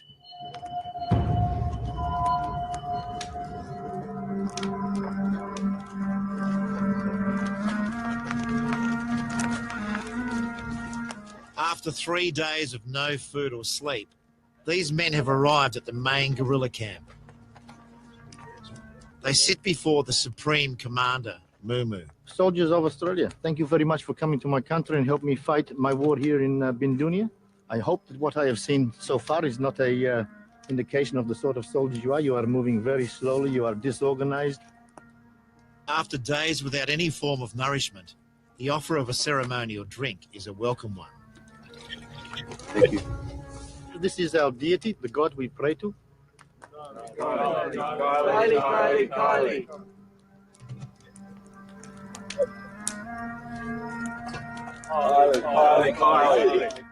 What is wrong? It is good wine, yes? Yes, very good. Did you finish it all? Yes, I drink it. You did, very good. The local brew is made from vinegar, mixed with fish oil and food dye. Have you finished? No. Please. It shows an inner strength. So I just can't help but laugh because all these memories come back. I wish I had have watched this years ago. Just, man, the emotions, the feelings, the memories that come back. Some of the selection from both part 1 and part 2 is like it just happened yesterday. Other parts are a little bit hazier, but overall, I'm just really enjoying this trip down memory lane to a degree for me, from having had the opportunity to go through it, to successfully complete it, and to then eventually end up getting badged. I don't know if they do one on the cycle. I don't know if they do, but that's another interesting part which I would happily react to if there were any videos about the cycle, but I don't think there is. I could be wrong, but just looking at the faces, you could see that green drink with vinegar and fish oil and some food dye or colouring, whatever it was that they mentioned. They probably would have looked at it and thought, oh, awesome. We're going to have some of the lime green cordial. It may be more concentrated, which is still okay, but you know, it's going to be better than just water. Neck minute vinegar, fish oil, and whatever the other piece was, some food coloring. Not great, but not going to kill you either. This inner strength, I'd like to keep it in her. If you would please stand, because this is liberation song, everybody must stand. It is not a sitting, except for my wife. If you will follow after me, I will sing first line and you will repeat, yes? In my dreams we break the chains that hold this place together. In my dreams we break the chains that hold this place together. In my dreams the consequences would be so much better. In my dreams the consequences would be so much better. We'll fight and kill the enemy and drive him from our land. We'll fight and kill the enemy and drive him from our land. And in the end we are so proud of this great pile of sand. And in the end we are so proud of this great pile of sand. Liberation! Liberation! Liberation! Liberation! By the end of the night, you will be singing it as fluently as I am. Commander Mumu now asked the Australians to build a chicken pen with the promise of an irresistible reward. Apparently, there's chickens come tonight and we can eat them if we get this chicken pen. They must also fill sandbags to build a bigger foundation for the deity. That old chestnut. There's chicken and there's food coming. Neck minute.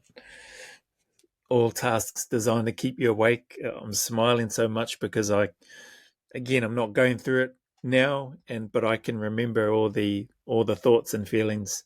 We didn't have a Commander Mumu, but we had other commanders on there with similar and different activities that you do throughout each night on Lucky Dip. So all that work that you're doing during the day, you'll end up at another station or stand like this where you will be working during the night, non-stop, singing, chanting, and being tested with different scenarios when things happen or pop up, things that might make you uncomfortable, things that might make you think, oh no, I've upset them and now everybody's going to be punished because of me. Or like in my case, in one of the stands, I had to perform the haka. And I just did kamate because the directing staff pretended that he wasn't sure. There's this war dance that you do in your country. And so, stood up and did that. And one of the guys in my group, one of my good mates, he's the co-founder for the Mill Gym that we founded in Perth, Western Australia. He was in my group and he actually suggested and said, because I was ready to get up and thought I was going to be doing it by myself, which I didn't care. I didn't mind. I understood that. But he suggested and said, oh, would you like us to get up and be part of it? Like, he didn't ask me. He was asking the guerrilla leader for that stand that we were at.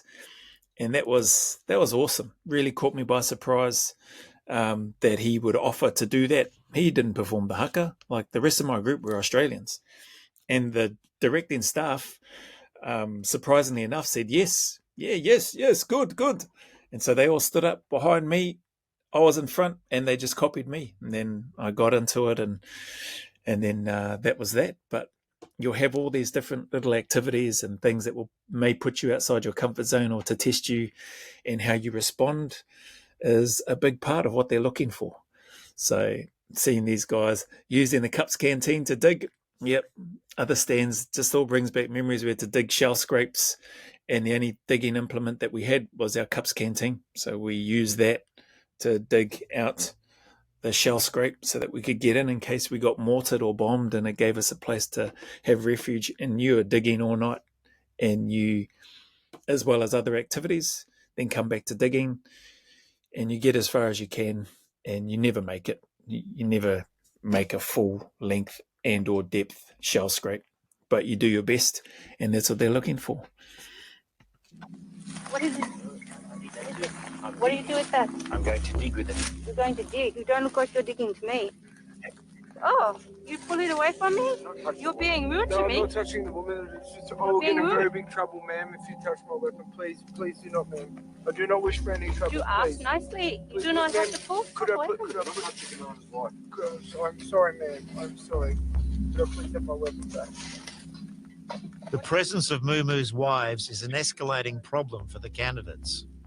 This is not accepted in my country. I am the commander of the camp. You do not talk to my wife. As their maddening fatigue grows, the cycle of chores continues. The chicken pen is never built well enough. How many star pickers do I give you? 3. What does that tell you? Triangle. These chickens are from Bermuda. It is triangle chicken pen. Okay, we can do that, Moo. We have to. We need more time though. And the sandbags are never filled correctly. Did you know you weren't allowed to dig a hole? I thought you said no big holes.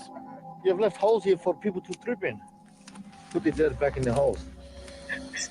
Most guys are just pretty tired and like mentally over it. Just playing these games is starting to wear thin on a few people's patience. We found out yesterday that quite a lot of guys have withdrawn at own request. Statistically it's gonna happen, so you just pray that your body holds out to the end. That's exactly the point. They want it to wear on your mind, wear on your body, wearing thin with your patience. That's the whole point. You get in there and you do this. There is a purpose. There are reasons behind every task, everything that you're being put through, every aspect of the sleep deprivation, every task that you are provided that seems impossible and that you never perform good enough, every moment that you go without food, every moment that you go without being able to speak to your friends, every moment of doubt that the instructors look to cast into your mind through the things that they say to you, all of it serves a purpose to uncover who you are and to see if you have what it takes to serve in the Special Air Service for the Australian Regiment. And that's why the dropout rate and failure rate is so high. 130 started.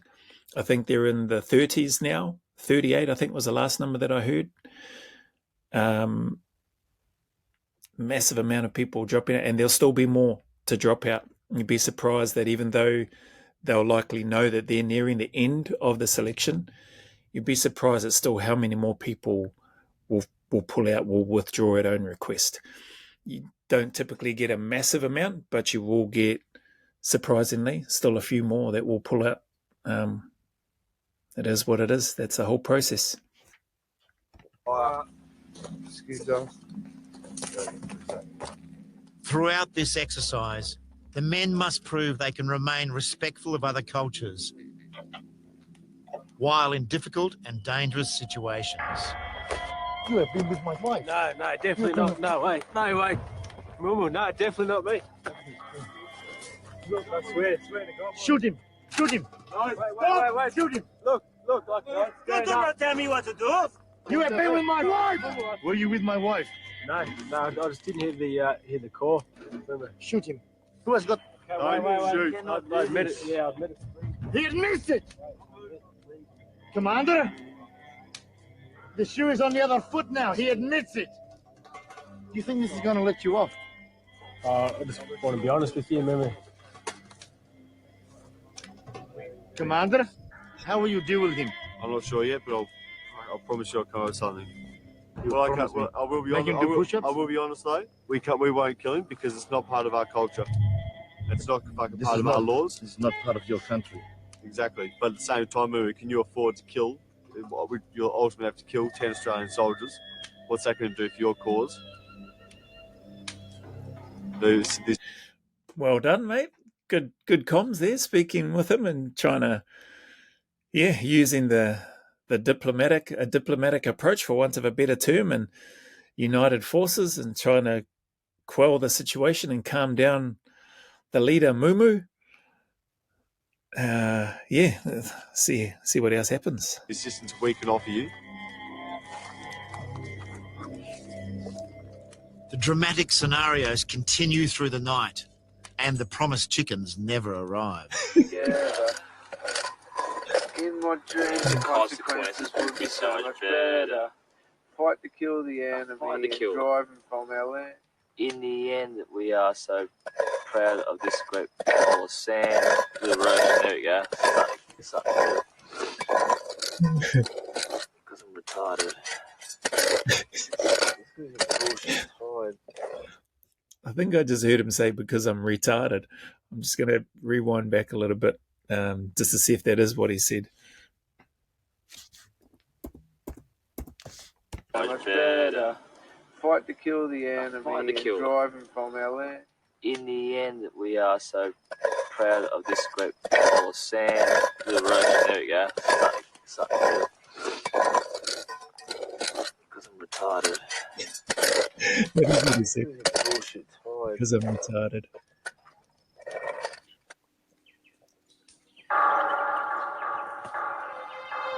That is definitely a characteristic and trait of the Australian Defence Force. And I think I mentioned it in the first reaction.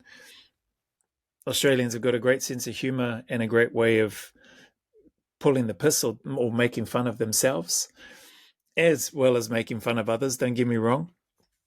But when he's sharing that, when he's saying because I'm retarded, he's not saying that as a slight against people that may have a disability.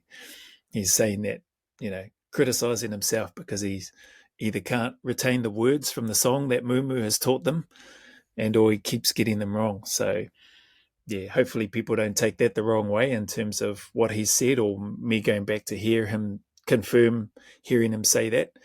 He's not doing that to make fun of people that may have a disability. Anyway. By the next morning, the men are dazed and exhausted. Now that they've been starved into a stupor, the guerrilla leaders offer them something they can't resist. What food? Yes. Please eat it all up. Boiled offal. Make sure you get plenty of eyeballs. Give you good energy. I think there was some kidneys. I've had some tongue, some brains, some stomach lining. Not the first choice on the menu, but very good nonetheless. 100%. The food has given their bodies a desperately needed boost. When you're hungry, when you've been going without food and nourishment for days on end and no sleep, that looks like a buffet. That looks like a blinking KFC container or McDonald's or whatever, or fish and chips, whatever your food is. It tastes good. I remember the offal that we had when we had an opportunity to eat, and it wasn't in a container like that. It was just spread out on like this plate, large metal, looked like a piece of scrap metal, and this food was just on there, offal like that, and we hoed into it. We got into it as much as we could and ate what we could. Some guys felt a little bit crook after. I didn't. I was grateful for that food that we had to eat. So, as off-putting as it may look, when you're starving and you're tired and you need some energy, it's the best. But its effect on their minds is like a tranquilizer. I'll make it swing over the back of the car. Do we have the correct fuel, Commander? 300 litres, sir. Why are we standing here? Let's go. Let's go. Confusion reigns on the next body-breaking task, moving 300 litres of fuel 10 kilometres. Hey, everybody except one person is carrying 2 Jerry's. We've got too many. 1, 2, 3, 4, 5, 6, 7, 8, 9, 10. Have you got one in your pack? 11, 12, 13, 14, 15, 16. We do have one too many, all right? No, you don't. Raise your hand if you don't have one in your pack now. Everyone's got one in their pack. Right, 1, 2, 3, 4, 5, 6, 7, 8, 9. Right, 10, 11, 12, 13, 14, 15, 16. Do I see? Listen to me. This man is not listening to you. Ask you that question again about his you have one in his pack. Do you have one in your pack? No, it's going to be... Okay, no, Right. there you go. We have the right amount now. That man not listening to you. That's right. You counted it. I had 2. The first 4 guys up front, go there now. Take yourself 2 Jerry each. The bewilderment on that guy's face. You counted it. I had 2.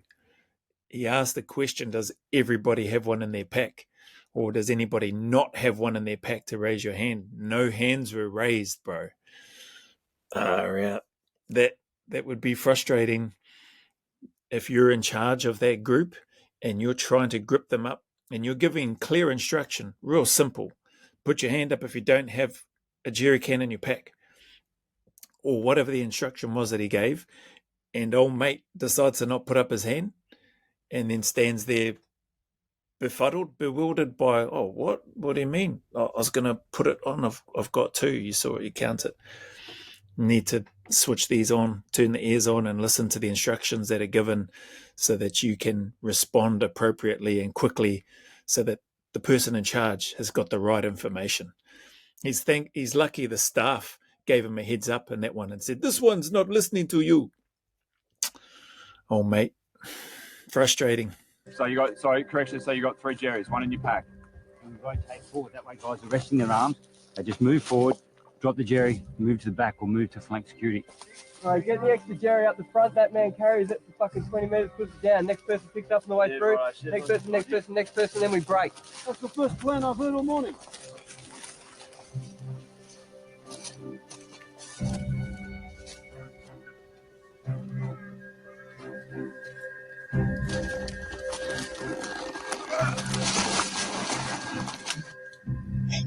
By late afternoon, the energy from the food has long gone. Oh, just going for a sec. The food is good.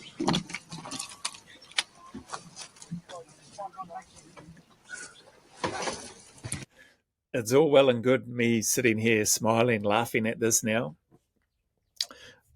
I'm sitting here thinking, man, did I look like that? That's the honest thoughts going through my head. I don't know. I know I was struggling. We were all struggling. But man, seeing some of these guys just sort of collapsing over like that in the packs, maybe that is what happened. We'll never know, right? But man, I wish it would be great.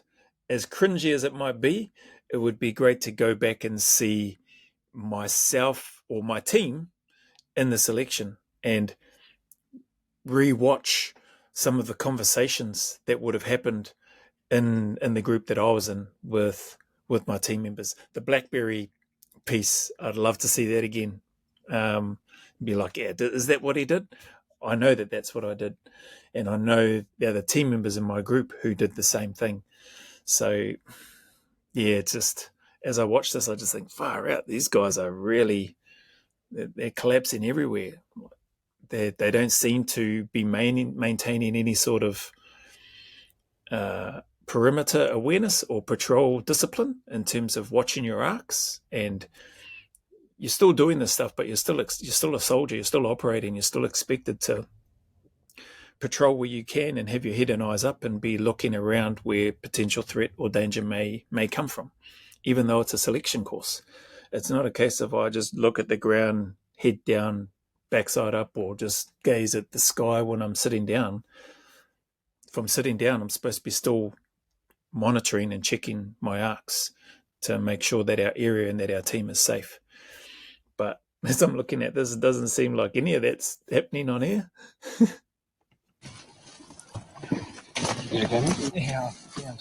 Number 37 loses consciousness and collapses head first. Roll over onto your side. Roll over to your side. Hold down. Definitely didn't have anybody in my group collapse or go unconscious and collapse and land on their head or go face first. Yeah, so this is, see what happens here with this fella if he's injured. You just blacked out, mate. Okay, sit back so it's fucking comfortable for you. Okay, take your webbing off, mate. Take your webbing off. Okay, just put your back. You alright? Yeah? Alright. What happened? You just fainted, mate. Alright. Where's your med kit? Alright, let's go. Let's go. Get some ORSs here first, mate. Otherwise you go down again. You good, mate? We gotta get going. You guys, calm down there. Determined not to give the directing staff any reason to doubt his stamina, 37 marches on.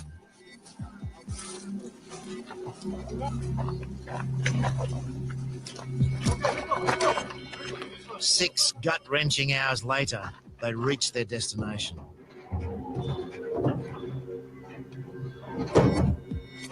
Now, in a brief moment of rest, they're asked to rate the performance of their fellow candidates. That's awesome. Buddy ratings, critical, in my opinion, in terms of selection courses. Critical. You should have them. You need to have them, and it's great that they have them there. They had buddy ratings in the New Zealand selection and cycle, and they're a valuable tool. They give you an insight. They give the directing staff, the operators, more of an insight, and the psychs more of an insight in terms of matching up with what they're seeing in their debriefs, which you've seen some of those, and then also what the individuals within their team see of those people. Are they a jack prick? Do they just watch out for themselves? Are they a team player? Are they a good leader? Who would you like to ranking them from your top to your least? Who would you most like to go to war with? And it gives you a really good insight, and it helps the directing staff consolidate the information that they have when they're looking at the photos and they're looking at the boards and they're looking at the information that's been accumulated and documented about the individuals on the selection. See what they come up with. Difficult to do, but I guess it's a good way of them finding out. Someone might look good from the outside, but not be very well liked on the inside. It could be personality based, but it's a good way for them to understand the team dynamics from the inside, I guess. The directing staff are leaving no stone unturned in assessing the candidates. Every last bit of information will be used by the regiment in the final days of selection. For the remaining handful of men, the last 2 days of the SAS Selection Course merge into a continuous series of unachievable tasks. Their bodies are pounded, while their minds are bombarded with strange and confusing scenarios. At all times, their starved, sleep-deprived behaviour is being closely observed and analysed. The regiment is determined to weed out any last undetected weak links. By the final day, the candidates are living in their own private hell. Everyone's just really in the hurt locker at the moment. The boys are just walking ghosts. They're just totally fatigued, very, very hungry, and just got nothing left in the bank, really. It's just they're slugging away. Can't do anything too quickly, You've always got something left in the tank. You're standing there, you're talking now. And I know he knows that. This isn't a knock on him at all, on candidate 109. You've always got something more in the tank. If you are able to stand up, you've got more in the tank. If you can take another step, you've got more in the tank. If you can put your gear on your back, you've got more in the tank. So you keep going, you keep turning up, and you keep trying to complete these seemingly impossible tasks. Watching that rover again, that brought back nightmares. That was a terrible activity during the day, especially trying to get it up the hill. Man, it was tough. It was hard with your group that you've got and the limited bits of equipment that you've got to try to create a Z pulley system. Yeah, it was a terrible task, but served the purpose really well. It's really thinking too straight as well. Right to the very end, candidates will cave in and withdraw.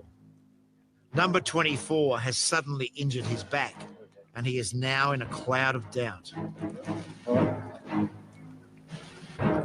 Just felt like a stabbing pain, or a red hot poker in the side of my back. So just off the spine, like on the right hand side. It's not too bad if I just stand still, or don't put too much strain on it. But as soon as I try and pick anything up on the right side, it's fucking pretty debilitating. With the ambulance lurking, 24 is being tempted to get medical help.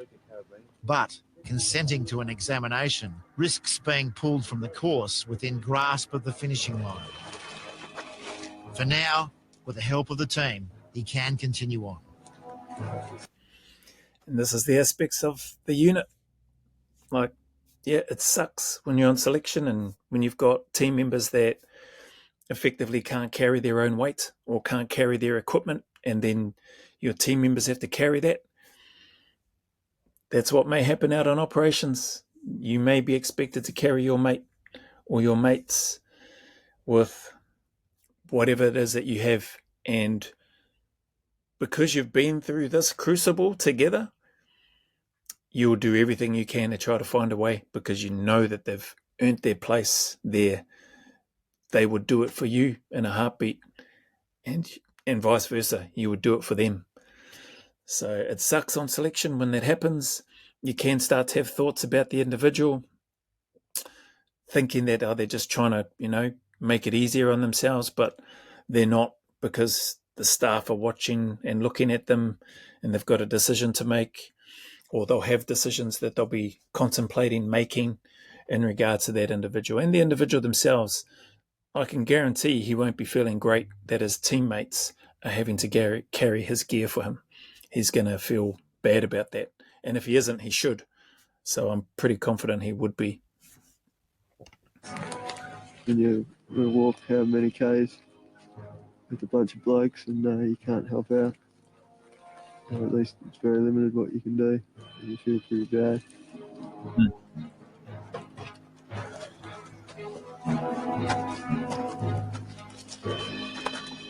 Really quick, fellas.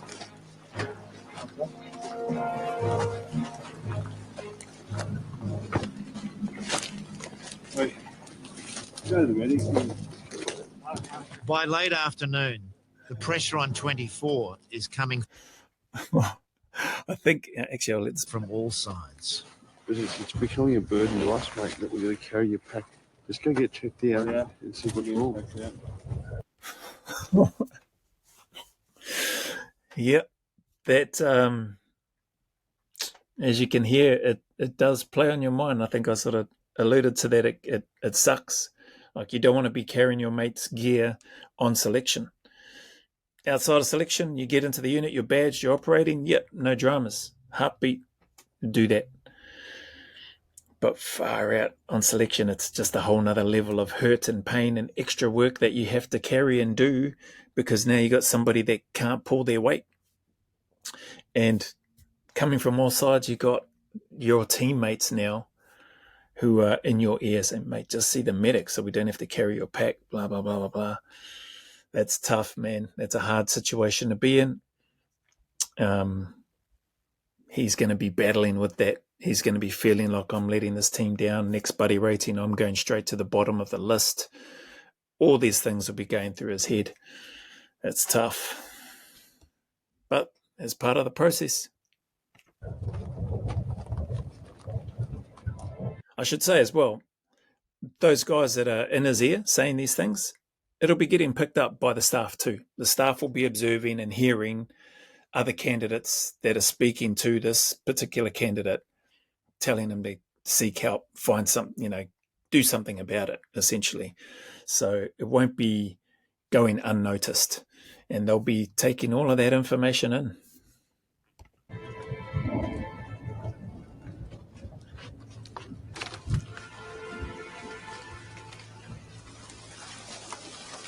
Shouldn't have too much farther, fellas.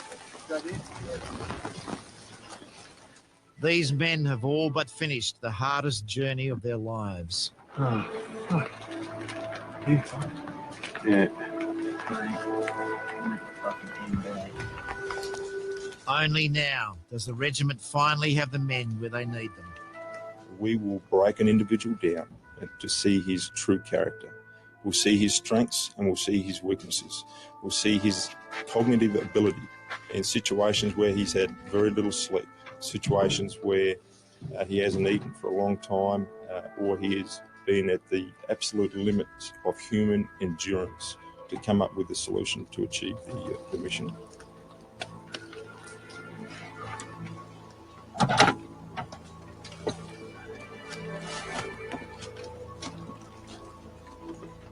Finally, 20. Good that he found his little panel and picked it up. I don't know if he was reminded or if he knew that he had left it there or what. But yeah, you don't want to be leaving that sign around.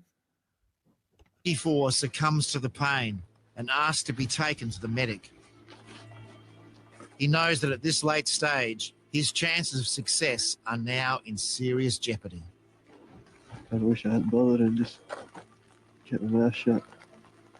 If you go and say it, you might not come back out. Yeah, that's, I suppose, the risk you take.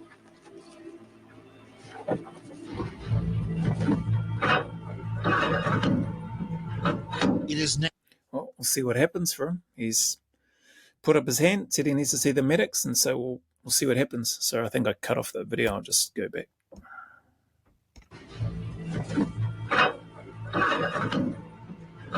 It is now the last night of the selection process, and as 24 is driven towards almost certain failure, those left face one last sleepless night. And that's the thing. This may be the last night of the selection, but he won't know that. That candidate that's put up his hand at the 11th hour saying, I need to go see the medics, he won't know that this is the last night. He'd probably be thinking like I was, oh, there's probably still another week to go on this selection. It's amazing what the selection does, and that even at the so close to the last part, you'll still have people that will withdraw or just remove themselves from the course. Even after all this time, it's still the same, and the process is proven. The recipe to identify those that are capable of serving within the unit is tried, tested, proven time and time again, and hence why it's still basically the same format, same structure, same process, because it works. For 28, it's time to reflect on how he has managed to survive. I look at this a bit differently, maybe. I don't consider it to be a course. You know, this is, I'm here to do a job, you know, and you only get to go home when the job's done. Making it to the end of this 21-day ordeal. I like that attitude. That's a good one. I look at this as a job. You only get to go home when the job's done. Brilliant. Brilliant. Does not guarantee selection. The regiment reserves the right to take only those who truly fit the profile. But there are going to be soldiers that complete this course and won't be selected. At the end of the day, they're very good soldiers. I mean, they have passed this selection course, but they just have a little trait that may not be suitable for this unit. I remember, sorry to cut off the senior instructor there, I'll rewind it back slightly. But I remember when we finished selection in the Australian one, and then you're standing, and it was, again, that moment when names were read out, like what you saw when names were called out and 130 was read out, then 42 and parts 1 and part 2, and those guys removed. At the end of selection, that happens again. So you're standing, there may be a group of you that have passed. So I think the Australian one, I think we had about 27 or so complete pass selection, and they read out a bunch of names. And by the time our cycle started, from memory, I'm pretty sure we had 19. So of our 27 that passed, they only kept 19 of us. So all of this stuff, it's not over. And then you've got the cycle to go on. So when those names got read out, for me, I had no idea whether I wanted to have my name read out or not read out. And as it turns out, those names that were read out were the names that I think our names were read out. We moved over, and I think it was our names that were read out, we stayed. So it was a little bit different to when your name, what we've seen on these videos where the names were read out. And I think that might be intentional to keep people on their toes. So on parts 1 and part 2, if your name was read out, those were the guys getting removed. At the end of my selection, I'm pretty sure it was, our names got read out and we moved over, and then we and the other groups whose names weren't read out, they had another directing staff speaking with them. We had another staff, one of the guys come over, I think it was TG. He's a sergeant, nickname went by TG. And he told us or let us know that we were on the cycle and that those other guys over there were being removed. They'd have to pack up their gear. They've been unsuccessful. and continuing on to the cycle. And it was just this huge relief, massive relief, because you go through all of that, you want to get onto the cycle, and it was relief for me anyway. Because the reason I say it was relief is because I knew that if the group that I was in, if we were told no, that we're not on the cycle, which I did think was a possibility, but I looked around and I thought, man, there's some, and guys from my group, I was like, these guys are solid. Like, I hope we are staying. I hope we're not getting kicked off. But the reason why I say it was relief is because then I didn't have to come and do selection again. So I'd already gone in with the mindset that if I don't pass this, I'm coming back and doing it again. Like, I've completed it, I'm going to put in my application, and I'm coming back and I'm doing it again. I don't care. I want to do it when I can. I'll clearly need some time to recover, get re-energized, get some training back in again, because I would have to go through the whole process again. I'd have to pass barrier testing, and I'd have to get on selection and be able to make sure that I can meet and hit all the standards. So it was relief in that sense that I didn't have to do that. So we'll just rewind a little bit to the senior instructor. Course and won't be selected. At the end of the day, they're very good soldiers. I mean, they have passed this selection course, but they just have a little trait that may not be suitable for this unit. And I know they're going to be bitterly disappointed. I can tell you that now because I've seen it before. You want to achieve success at the end of the day, and the hardest thing is not knowing if you've done enough. The senior directing staff now meet for the final time. Tonight they will re-examine each remaining candidate, and by morning the axe will fall again. And for those who are chosen, it is just the beginning. At the end of the selection course, I'll probably say, yes, this is the hardest thing that I've ever done. And I can tell you right now that from my own personal experience, the hardest thing that I did was the first activity after selection. In order to get the Sandy Beret with the winged dagger badge affixed with the motto, "Who dares wins," they'll undergo 18 months of intense training, both mentally and physically. They'll be tested every day. They'll be assessed every day. They're basically on a daily renewable contract. Those left standing tonight may or may not gain selection. Each know they have now done all they can. Personal pride pretty much kept me going, and I've finished the course. I was one of the few to finish the course, and if I get selected, that'll be even better. But I'll be able to look back on this phase of my life and say, well, at least I had a go, and I was there till the end.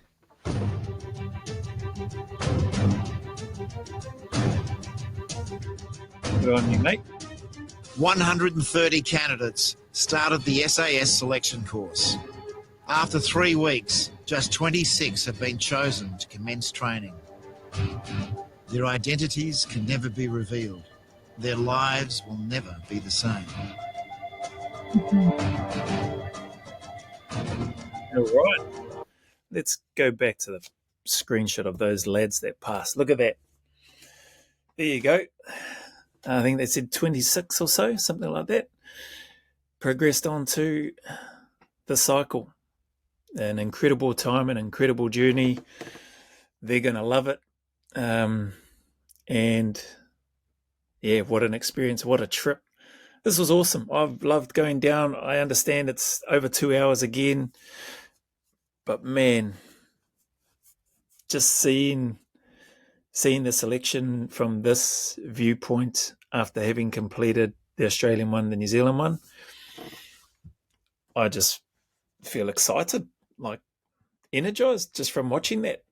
I've done a training session this morning already, so happy got all of that done, but I feel like I want to train again after watching that.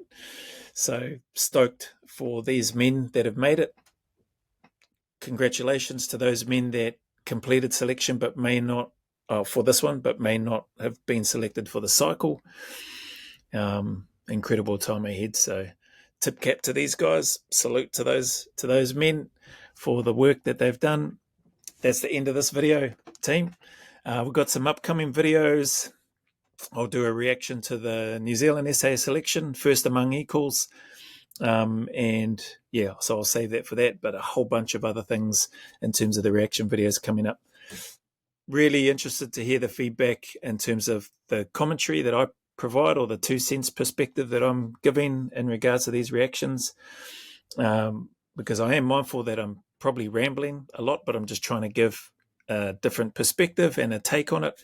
And if people have come for the reaction of a former, for myself, having had the privilege to formally serve and be a badged operator in the Australian Special Air Service, then great. So I guess you're after some sort of commentary, not me just sitting there smiling and making faces at it.